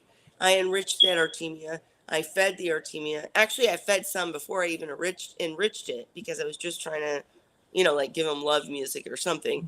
And it didn't go well. I ended up having problems because of the live feed that I added. So what can we do to ensure that a live feed that we buy to help our seahorses do better is not contaminated? Is there anything? Do you want to take this one, Ray, or do you want me to? Well, you go ahead. Well, I always use peroxide with the artemia, Okay. but at this point in time, I can't tell you how much, because it got to the point I just dumped out of the bottle. I didn't measure, because I would measure, when I first started doing it. Then it just got to the point that it wasn't worth measuring. I dumped in the approximate same amount. Didn't have to be exact. You're so used to it. Yeah, you You kind of know. know the amount. Gotcha. Go I ahead, could go Chris. through all the files, but basically I went on that, Dan had an article one time telling how much to do it, and basically I just used that as my starting point. But we should use, basically, I think what you're saying is to use peroxide as a treatment on live feeds, whether it be artemia. And that's the other thing. Can copepods handle it? I know we've had this discussion before, but I'm just asking it again. Can copepods handle it? Can amphipods handle it? Can mysis shrimp handle it? I mean, Chris, go ahead. Yeah, so hydrogen peroxide is a great one, because it's quite safe for seahorses and whatnot. Like you said earlier, there are limits on how much you can use. Eventually, it will get to a point where it starts causing problems, but the safety tolerance for hydrogen peroxide is pretty good. Depends on the strength you're working with as well, I guess. But Right. No, I'm sorry to interrupt, but I do want to say Dan always said use the 35%. I'll admit I get the cheap shit, so I just add more. But Chris, so peroxide is doing what to these feeds? Like, what's it doing? It's killing off contaminants, or uh, so from memory, it's been a long time since I've I actually used know. it, I'm just sorry. because I've been I out of the know. game for a while. But off memory, I think it sterilizes the organics in the water. Okay. So it has a bit of a cleaning aspect. So I think it cleans like the outside of your mycids or your artemia or whatever. That makes It kills sense. off the small parasites too, like the hydroids. Oh yeah, Yeah. right. So it's So just an all I around think good thing. I would yeah, I imagine think it would kill ciliates too if there was any in with the. I don't think ciliates are a problem with artemia, but hydroids are. Yes. yeah. No, absolutely. So the answer overall is um, when I get adult artemia or adult live feeds, instead of throwing some in right away, I need to treat with peroxide. And is Yep. there a go ahead, Chris? So peroxide's one treatment. You can also use formalin. So formalin's Right. something that I've used quite a bit over the years. It's very Seahorse safe. Yes. Formalin, you'll find if you're not buying it for aquarium purposes, another way that you can source it is sourcing it from an animal feed store. It's quite often used on sheep and livestock. They use it for the hooves of the sheep and livestock because they're walking around outside all day in mud and other conditions. They can get, like foot rot or fungal problems in their feet and in their hooves in particular. And they Mm-hmm. use formalin for basically like a foot bath solution for them to get rid of problems like that. So that's one way that you can source formalin if you can't find it for aquarium purposes. I've heard quite a bit in recent years that people are finding it increasingly difficult to source, but you can still buy it for farm livestock. But when you use a formalin solution, we have used that in the past, in particular for treating food, for treating amphipods, or treating mycids and things before feeding it out. And Love that. that actually became part of the protocol after my brush with the nasty copepod problem. So that's another whole question, and we do have to wrap up, guys. I've got my work calling me, and I just feel so bad tonight. I'm sorry, Aw. but I was gonna ask because that's one of the things. Like for someone like Zen Ginger, that's or anyone that's setting up Bonnie, that's getting ready to set up for Seahorses, and they just don't want to deal with all these problems, right? So I think what we're coming to as a group, the consensus is that set up properly, make sure you have a big enough tank, enough water volume, add a sump if you can, do a skimmer, do as much, filtration as you can, make sure you pre-cycle as we've talked about. But then when it comes to, like me saying, like Cheryl was a big advocate for live feeds, but I've had trouble with live feeds where it caused problems in the tank. So either take it easy, don't even worry about live feeds, just feed the frozen mysis, have your happy day in an easy tank.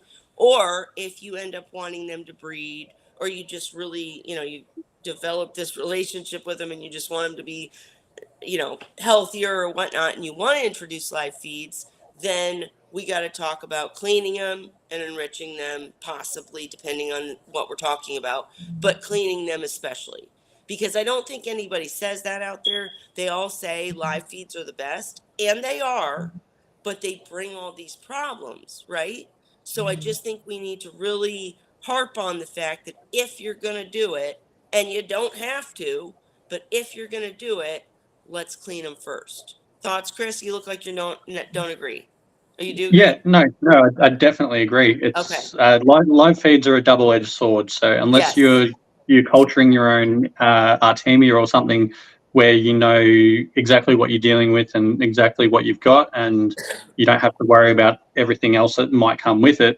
I think taking prophylactic measures like cleaning and treating your food before you actually go ahead and feed it is definitely a good idea. It's, an ounce of prevention is much better than the cure, because if you've been through what it takes to actually eradicate or remove these pests from your system once they're actually introduced, it's much easier just to not let them in to begin with.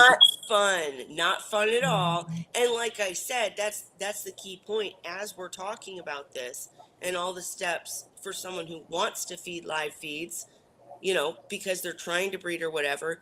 For someone who doesn't want to breed and just wants to keep, you don't even have to do that. You can, I know so many people who have kept seahorses long term just on frozen foods. That's it. Ray, do you want to disagree with me?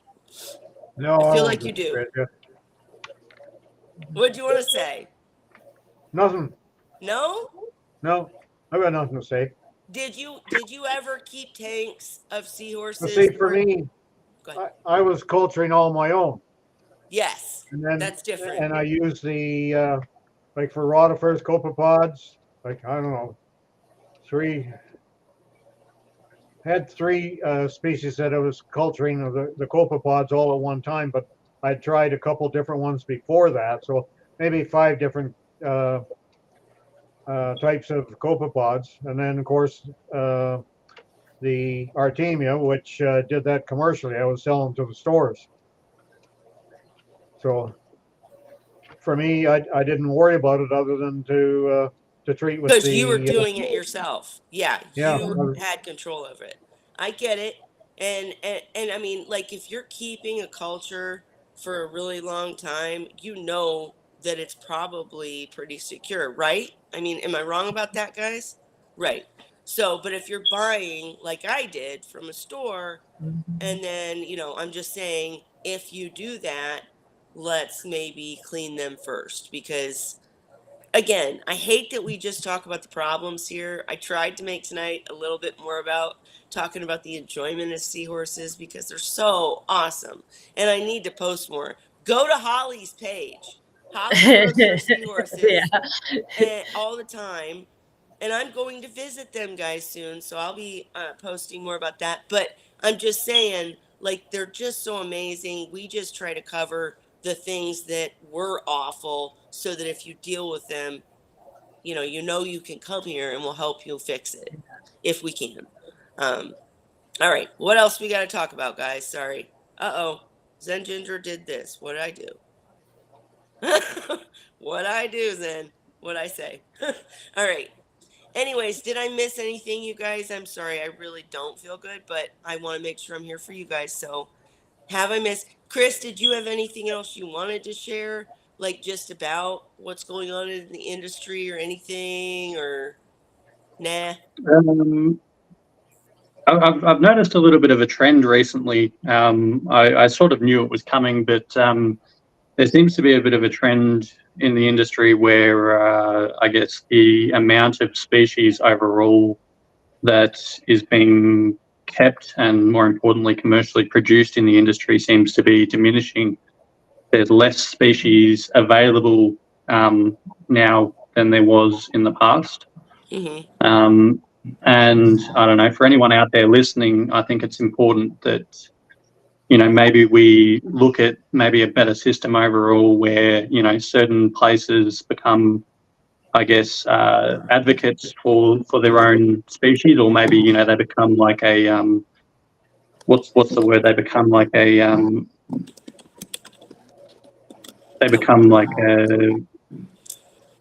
struggling to find the word. They become a person who keeps that species regardless of whether they're selling them commercially all that well or not. An ambassador for the species. And, I think it would be important to the industry overall long term, because there's a lot of different seahorse producers out there around the world. It would be nice if, each different crowd out there, was an ambassador for at least one species, and they kept them going, whether they were commercially, going all that great, or whether they're, going off them for a little bit.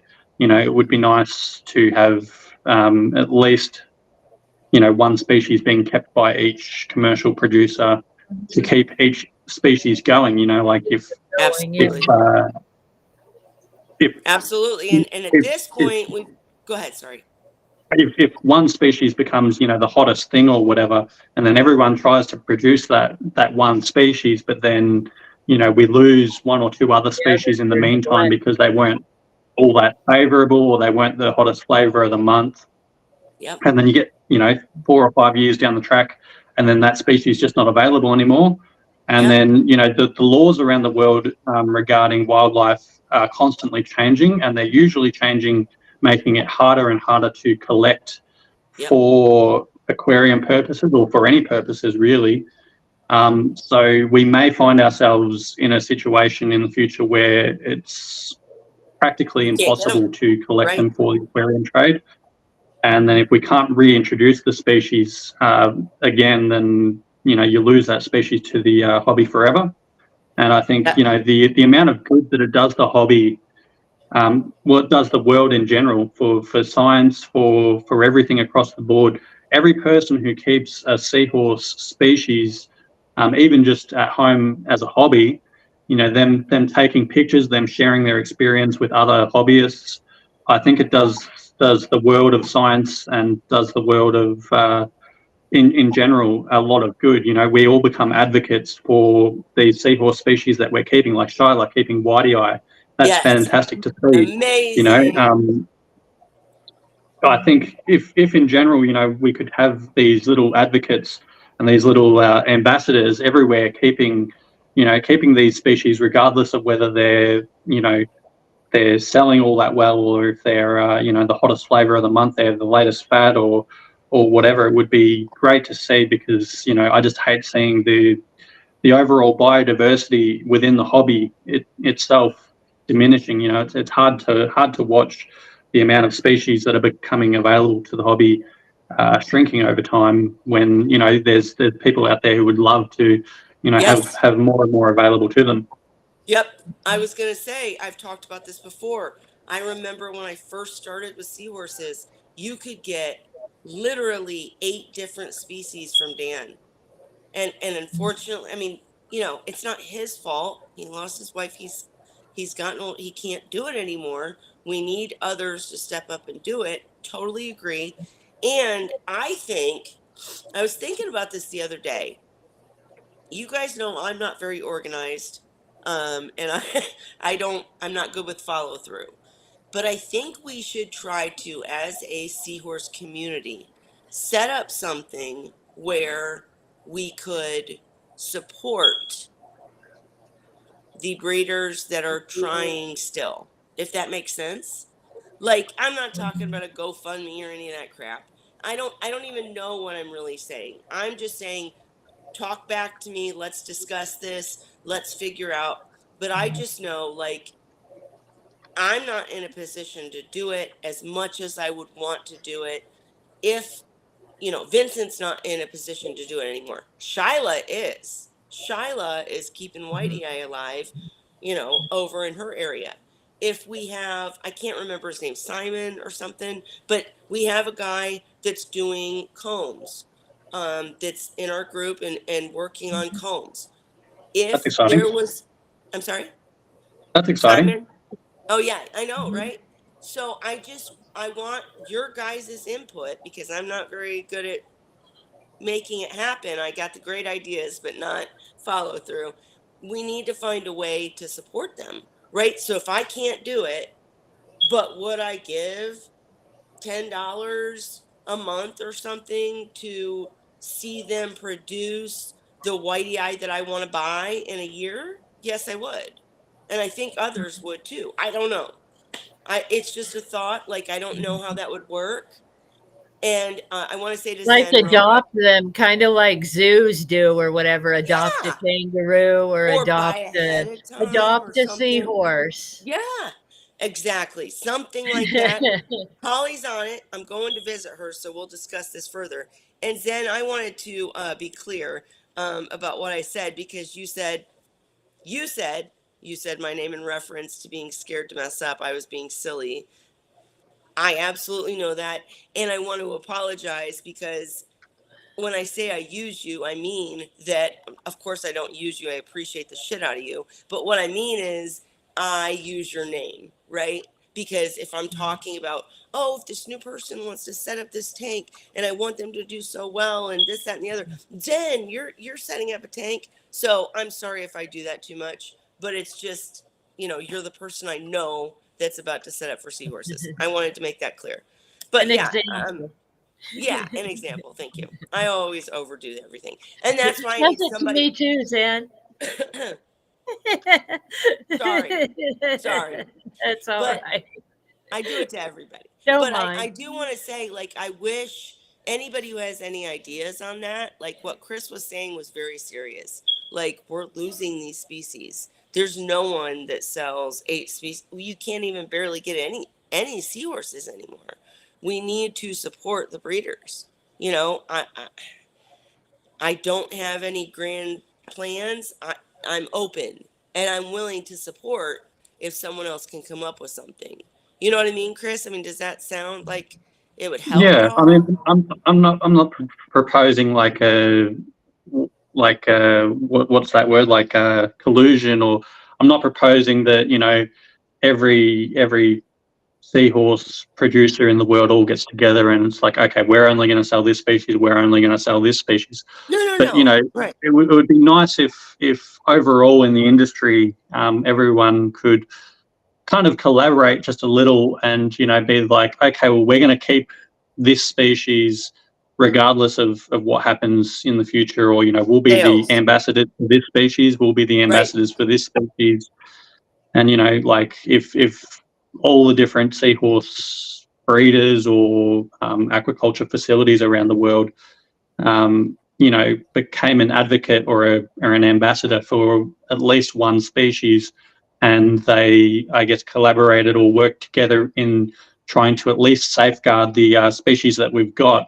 Yeah. And then, they can possibly look at expanding that roster of species that's available around the world for the aquarium hobby, or for public aquariums, that's available to, showcase just how amazing seahorses are, and maybe inspire that next generation of hobbyists or scientists, or just marine animal lovers in general. It'd be lovely if we had more species of seahorse available, not less. So basically, you're saying the places and people that can keep certain species keep them, even if they're not selling well or whatever. And that's kind of where I was coming in as backup and saying, as a community, I don't know about all of you, but I would personally be willing to contribute to a fund where I don't want to run it, guys. I need someone else to run it. It But could I'm be saying like a a fund. subscription type thing where, where Well, they I share know, but information and pictures and all that. So you right, feel right. like But you're hang on, seeing hang what's on. going on. I'm sorry. I didn't mean to overtalk you, Holly. I'm just like one track mind here. And I'm just thinking, like, we got to be careful. Like Chris was, I don't know if you were actually saying this or I was just hearing it. I'm sick, guys. But, you don't want to just throw money at anybody who says, I'm doing seahorses. Give me, no. But if we had someone who was running it and really knew what they were doing, then if as a community we contributed to some sort of fund, then we could support the people that are really doing it.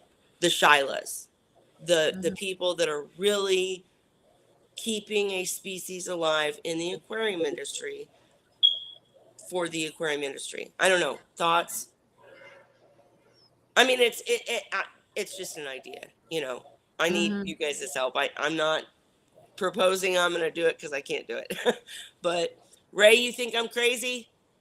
Sometimes. Okay. I'll go with We're all a that. little bit crazy I think sometimes. that to do what you're talking, it would take an enormous amount of money. I know. Yeah. It'd have to And be a big thing. yeah, and it would take, an individual couldn't do it. It would have to be an No, right, organization. right. That's what I'm saying, and I'm or multiple absolutely organisations. admitting I can't do it. I can't run it. So if anybody out there is seriously that interested in seahorses and saving them in the aquarium trade, get with us because we'll help you make it happen. But I'm not going to try to make it happen and fail. So I that's guess Project Seahorse probably wouldn't be interested when you're looking at captive right. bred. Right. Project Seahorse is Yeah. amazing. I will say that right up front. I think they're doing Mhm. amazing work. We have had people from Project Seahorse on this channel. They're awesome. I've talked to them at MACNA. They're really an amazing group for the species in the wild, but for the industry, no. They I don't can remember 20 odd understand. years ago when they said we couldn't do what we were doing. Right. They said we could never do it. We did it. Now we're failing to do it just because nobody has the time, energy, or money to do it. So that's what I'm saying is I would love to be a part of, not run, but be a part of some sort of coalition that supported the people that are still making it happen for the industry because they like Dan would probably still be in business. Well, no, I shouldn't use Dan. Some people would probably still be in business if they could afford to, right? Like Alyssa, I read someone say that Alyssa is back to producing Erectus. Ah, hallelujah! I'm so glad. That's amazing. But I'm sure. I don't think she's producing Erectus at the moment. I think she's Oh, stopped. okay. Yeah, Well, we knew she had stopped. Somebody said somewhere that she was back to producing them. I don't know. yeah, Don't take my I word haven't for heard it. that. Yeah, But that's the question. Would she, if this coalition of seahorse lovers was able to say, "Hey, what do you need? Let us help you make it worth your while to produce Erectus again."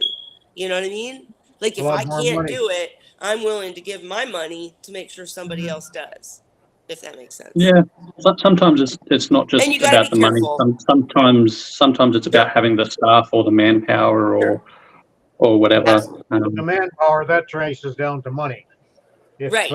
You can hire someone. if what you're producing isn't bringing in income enough to justify Draw the hiring right. help to take the load off you, then you burn yourself out eventually because you're doing all this work and you're putting in so many hours that nobody, or I should say, not too many people are going to be able to keep up something like that long term. Right. Yeah, you're definitely right. There is definitely that human resource aspect of it, and I've dealt with burnout from it in the past as well. But like it's just one of those things where sometimes it's not even just about the money. It could be about hiring the wrong person. If you hired the wrong person to do that job and they weren't up for the task, you could lose all your livestock at a facility very quickly. I remember Dan telling me it would take me so much time to train someone to do what I do that it wouldn't even be worth it because it would take so much time to train them. And I Yeah. get that And then they part of could it. lose. I get that part of it. I'm just with you, Chris, that I'm scared and I see that no one's producing anymore and the laws are getting stricter. And I like your idea about ambassadors. I just think if there was a way for those of us that can't be ambassadors, maybe like my damn seahorses won't give me fry. I I think I'm overall, the person that's willing to, I think there's others too that would be like, yeah, if there was someone checking people out, making sure they're legit, we're not just throwing money at people, but if there Yeah. was if there was a way that we could know that we're actually supporting the people that are breeding seahorses, I'm in. I Like want I it to think happen. I just overall, can't do it myself. yeah, What? I think overall, like it would be.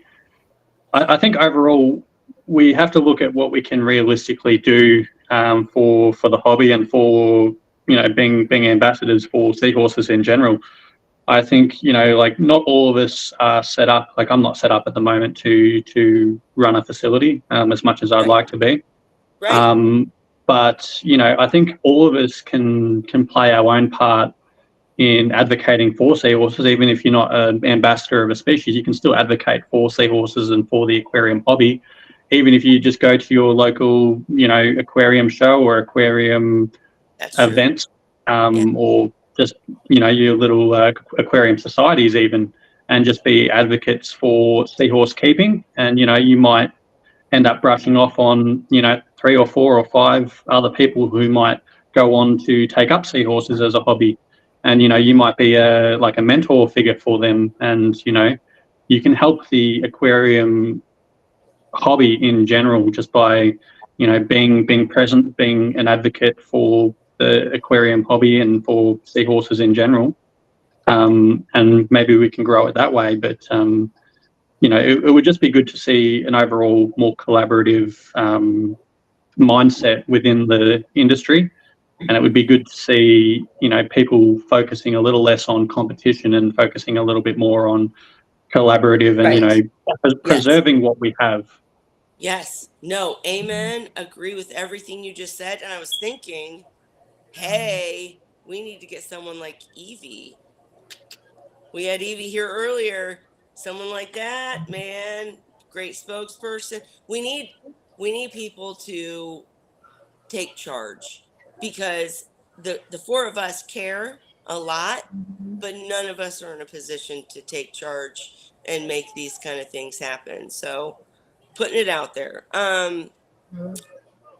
Ray, you said what? Maybe Dragon commercial aquariums that keep seahorses to collect donations from visitors Commercial and use it. aquariums, usually I think they have a relationship with one another, and maybe if they were able to get something together and they could have a special collection for people that are visiting when they come to a seahorse display, have a collection and explain with a sign there, explain what it's for and that, and collect on donations to see if they could do something. And then they would have enough, they've probably got a structure already in place that they could use to facilitate using that money for looking after all The these. right places, right? Yeah. Right. Yeah.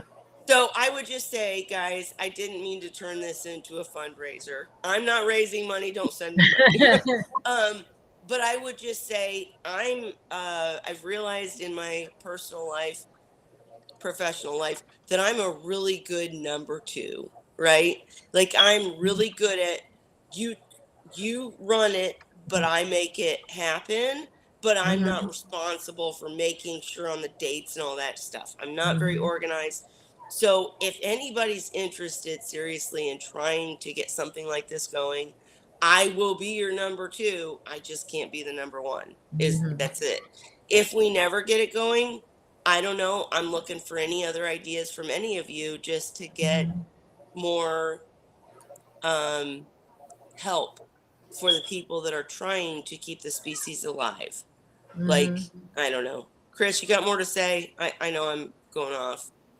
No, just yeah. Like I just see the overall direction where things are heading, Scary. with everything that's in the network that I see, with all the people that I sort of work with or have communicated with or whatever, and I just see where things are heading overall, and it's just a little bit scary. It would be good to sort of see some safeguards or some measures put in place to preserve, stop losing things, or just preserve what we have, and see those things safeguarded, for the hobby and for seahorses in general, and just see see going forward that we have these little advocates for each species, and rather than everyone focusing on all doing a single monoculture of species and whatnot, keeping the diversity up, and just overall just trying to safeguard what we've got for the future. Totally agree, because the future is what matters. Sorry, guys, I'm going lopsided here. But no, Chris, I really appreciate you joining tonight and sharing all these really important topics, because they need to be discussed. It's really important. So appreciate you. What else, guys? Anything else? Nothing here. My time clock is going. It's time for sleep. Sorry. I You gotta good, go Ray? change the smoke alarm battery. It's chirping like heck, driving me crazy. Don't bring up my smoke alarm battery. If you want to bring a ladder over and fix it, I can't get up there, man. It's so, I'm telling you, it's my daughters are taller than me. They can't even reach it on the ladder we have. It's our ceilings are really high. It's like Here in Australia, what we do is every second daylight savings change. So once a year, we actually change our smoke alarm batteries. I think they put it on like the news and everything, and they say, okay, it's time for everyone to change their smoke alarm batteries, and that reminds people once a year to do that. Well, see they say that somebody here too, freak. but I never do it. Well, I was gonna say somebody freaking remind me, and I'll make sure I got maintenance to come do it. But you know, if I don't know, then it's like here we are on Wine Wednesday, and you got beep beep. I'm I'm sorry, getting my guys. value out of the battery. I'm sorry, guys. Ray, you Leave them don't do leave it. them What until do they you can't do? work anymore. Wait, what'd you say? Leave the batteries in until they don't work anymore. Yeah, but what do you do when it's chirping? I can't like Well, broom they it would chirp down. until I get around to doing it. Well, I'm Go gonna wait rent a on me. ladder or borrow one. Right. I Listen, apologize, I you got guys. ladders all different sizes. I Well, I got apologize that you step had to stools, a hear couple that. Yeah, different we sizes. do I got too. 6-foot and 8-foot step ladders. Got 12-foot step ladder, and I got 40-foot extension ladder. Well, I'm Just don't telling fall you off them. guys, If I you will. lived close, Scott would come change it for I you. know he would, and I'll steal a ladder if I have to. Next week, you will not hear the chirping. I promise. So sorry, but I think we had a good show. I think we didn't miss any questions, and we discussed some really important stuff. If I did miss any questions, let me know real quick. You got Ray. You were talking about the capensis. Is that how you pronounce it? Yeah. What were you Well, guys discussing? Bonnie was saying that they're becoming extinct. Ah, They're not becoming extinct. They're like the others. They're rated as Data deficient. what's the word on it? I can't get the word data out. deficient. Is that it? I posted it in the But Threatened. Chris is right. Threatened. yeah yeah Yeah, I think they're threatened, but they're they're not. threatened, extinct. but that's basically the same with all the species. I Hmm. don't think there's very many species, if any, that are actually becoming extinct. Right. And Dan has talked about this endlessly. And Chris, I'm curious about your thoughts. If you're willing to share, if you're not, tell me to shush. But Dan used to talk endlessly about the fact that it's really hard, like, because we care about seahorses, period, right? In our aquariums and in the wild. But in the wild, the scientists aren't doing what they need to do to get an adequate count, right? Going It's to a very, very place, hard. and saying, okay, there's 200 seahorses here. And then going back 2 weeks later and saying, oh, there's only 50. They must be going extinct.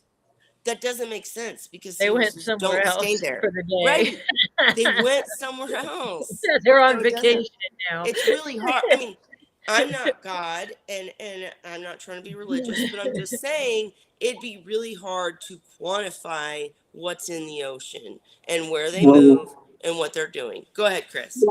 Or so Ray. I've actually worked with Graham Short, Who's amazing. who's a scientist who works with seahorse species. Yep. I've worked with him a little bit, and I've talked to him about some of this stuff. And we've talked about how seahorses are a very cryptic animal. They're very, very hard to find in the wild. I've talked to collectors who go out and collect them in the wild, and some of them have even stated outright that it's more profitable for them to go and collect shiny bits of coral that are beautiful, vibrant, colourful little bits of coral, so they can go swimming down onto the reef. They can spot with their eyes, exactly what this beautiful, colourful thing is. They can see it from a distance. They go up, they, chisel it off or do whatever and collect it. these little seahorses, they're usually blending into their environment. They usually, it's like playing Where's Waldo or I Where's was Wally. gonna Like, say they're hard to find in your tank too sometimes. exactly, they Right. blend in so well. They don't want to be found, and it's very, very hard to do adequate surveying a species and going, there's none of this seahorse around. The only case where you might be able to do that is where you previously had studies that said you found this many and this was the habitat range and this is the habitat that they were found.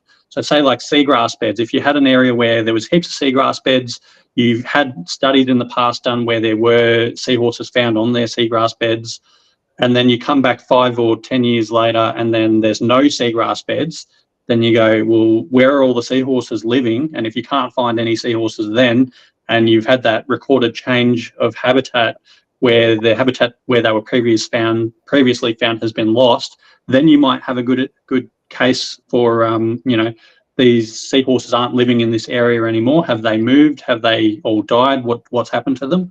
Oh no, But I and totally agree. Like that's a good argument for protect the seagrasses because yeah, you're or losing the your habitat types. seahorses. Right. Mhm. Protect the habitat because you're losing the life in that habitat by destroying it. But the seahorses aren't dying. They're moving, right? I Yeah, mean, go ahead. yeah. So the other thing I was going to say is I recently heard about a scientific study on, I can't even remember what species it was. I think it was some species of shark or ray. And basically they're using this new technology where they're taking samples of seawater and they're testing the seawater itself for DNA.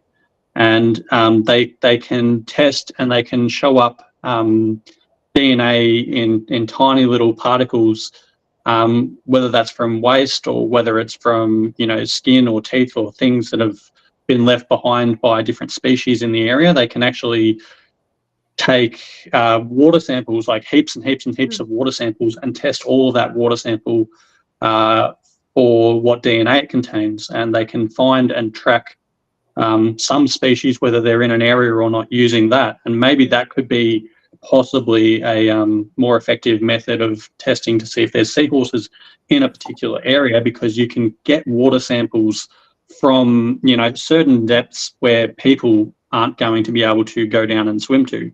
You could send a little robotic operated vehicle like a Right. submersible drone basically to go down and collect water samples from depths where a human diver would never go down and check. Yes. Right. If No. you had the Go ahead. if you had the DNA of a specific species that you were looking for already, so they're probably not going to find the DNA of a species that we don't currently recognise because it's never been seen or recorded before. So you're not going to go, okay, there's this new species of something down there that we've never seen before, because it's not going to come up on that kind of a test. But if you're testing for a very specific set of DNA, you might come across it and you might go, okay, there's seahorses living down there somewhere, or there's sharks, or there's rays, or there's octopus, or whatever you're looking for at the time. But that could be a better method, like using better technology to better do surveys Right. and things to test if there's things in a specific area. Instead Then of just looking at an area and then looking Nope, again, nobody's because that here. doesn't work. Right. yeah, That doesn't work. having said that, like But I would say, based on what you're saying, again, there are deep water seahorse species that we don't even know about, right, guys? I yeah, mean, the zebra thankfully. is right. So, but I would say everything you just said is amazing and terrifying to me, anyways. Yeah. Just that's so much information that they can gather, which is amazing and terrifying. But go ahead. I'm not sure. I'm not sure if that would be applicable to seahorses, because, like I said, I'm pretty sure it was either sharks or rays that was being used on, and they're much larger animals. So I'm guessing that they would leave behind much larger traces of themselves, shall we say, whether that's fecal matter in the water or whatever. But I think maybe it would be worth testing whether that same principle could be used to detect seahorses in areas where we know that they are. it would be interesting to, go to an area where you know that they are and test whether that's an applicable use of that technology to test love whether they're it. in the area or not, I and then love try and it. use that to test ones that we're not so sure about. Sorry, I didn't mean to interrupt you, but I love it. I just want to make sure that we don't use any of these, especially newer tests, to determine that seahorses shouldn't be in the aquarium trade, right? Because I think it will show us that they're not becoming extinct. I think that what you're saying will lead to us realizing, no, we just don't know where they are, right? Yeah, But it yeah. just, anytime they come up with all these new tests, I love Project Seahorse, you guys. I mean, I think they're doing an amazing job, but they're the ones that literally told Rochelle, who runs Seahorse Australia and Seahorse World, that she could not do this. And she's doing this. Whether she's doing well or not since Chris left is another story. But I'm just saying, I don't know what I'm saying. Ray, what did you say in the chat? An unknown one what? Well, with respect to what Chris was talking about, Yes. I suspect that it would be quite possible to discover a new species that we don't know about just by coming up with DNA that has a lot of basic items Stuff in in the common. DNA profile that are basically similar to all the seahorses, but have Differences. different ones. Something Yeah, different different about ones it. that But indicate that it's a separate species. here's the real question though, and I asked this of Dan and all the scientists I've talked to at different meetings and everything. Here's the thing though, because I've talked with Graham Short. I think I introduced you. Maybe I'm wrong, but either way, I love Graham. He's amazing, but he thought he found a new species in the Redi erectus hybrid because Lucy collected the seahorse and he came down to study it. And then he was amazed that we already had erectus Redi hybrids in the aquarium industry. He was like, "Oh my gosh, what?" He didn't even know. And then Oh, well. he did the research. And I'm not saying like he did anything wrong or didn't know. I mean like he did the research and figured out that their areas were overlapping. So I've always had this kind of silly probably, but kind of notion that just like humans, seahorses all come from the same source and they just adapt to their environment, right? Like you're talking about their DNA changes, but that happens through births, right? Like through reproduction. DNA changes as you mate with different whatever. And I just feel like they're figuring out the best places in the ocean to live. So we might not find them in our seagrass anymore, but they're still out there making stronger. Offspring. I don't know. I'm going off on a tangent. They're living with the Q-tips. Yeah. Remember that picture of the seahorse holding onto the Q-tip? Well, and we need to do better to protect them for sure. But I just feel like they're an ancient species. They were I feel like they were probably alive before us, and they have figured out how to reproduce into becoming smaller in areas that they need to be smaller, areas that they need to be brighter. You know what I mean? Like they're adapting to their environment, which is fucking amazing. Excuse my language, but I don't have a point. I'm literally just rambling at this point. So I'll shut up and let Chris close it up or Ray close it up with thoughts on this. No, I got no thoughts. I'm trying to get out of here myself here. Oh, okay. The dogs before I have to go change that battery. Well, I get into the deep shit. Sorry, guys, but I really wonder, and I want to protect the seahorses in the ocean, and I want to protect them in our aquariums. So I don't know how we got into this topic, but that's where we're at. Chris, any other thoughts? No, it's just good catching up with all you guys. I appreciate Nice to see everything yeah, I appreciate everything you brought today, Chris. I mean, it's food for thought on every angle, and we've talked about some good things. Sorry, I go off in left field sometimes, guys. The No, that's okay. mind, I especially when take you're it sick. take it some pretty wild places as well. Yeah, there we go. Okay, and I love Chris Gary. I talk to him on the side, guys. He's my friend. I love him. So even Well, if enjoy the I rest of your disagree, holiday, Chris. what? No worries. Thanks, guys. Yeah. All right. Okay. Holly. Anything else? No, other than I'll answer Zen. I'm not a fan of glow Wait. What's that? myself. All right. How do y'all feel about GMO Yeah, critters? but you get a glow on when you get your wine going. Hey. What is it about GMO? My seahorses glow in the black light sometimes if they're the right color.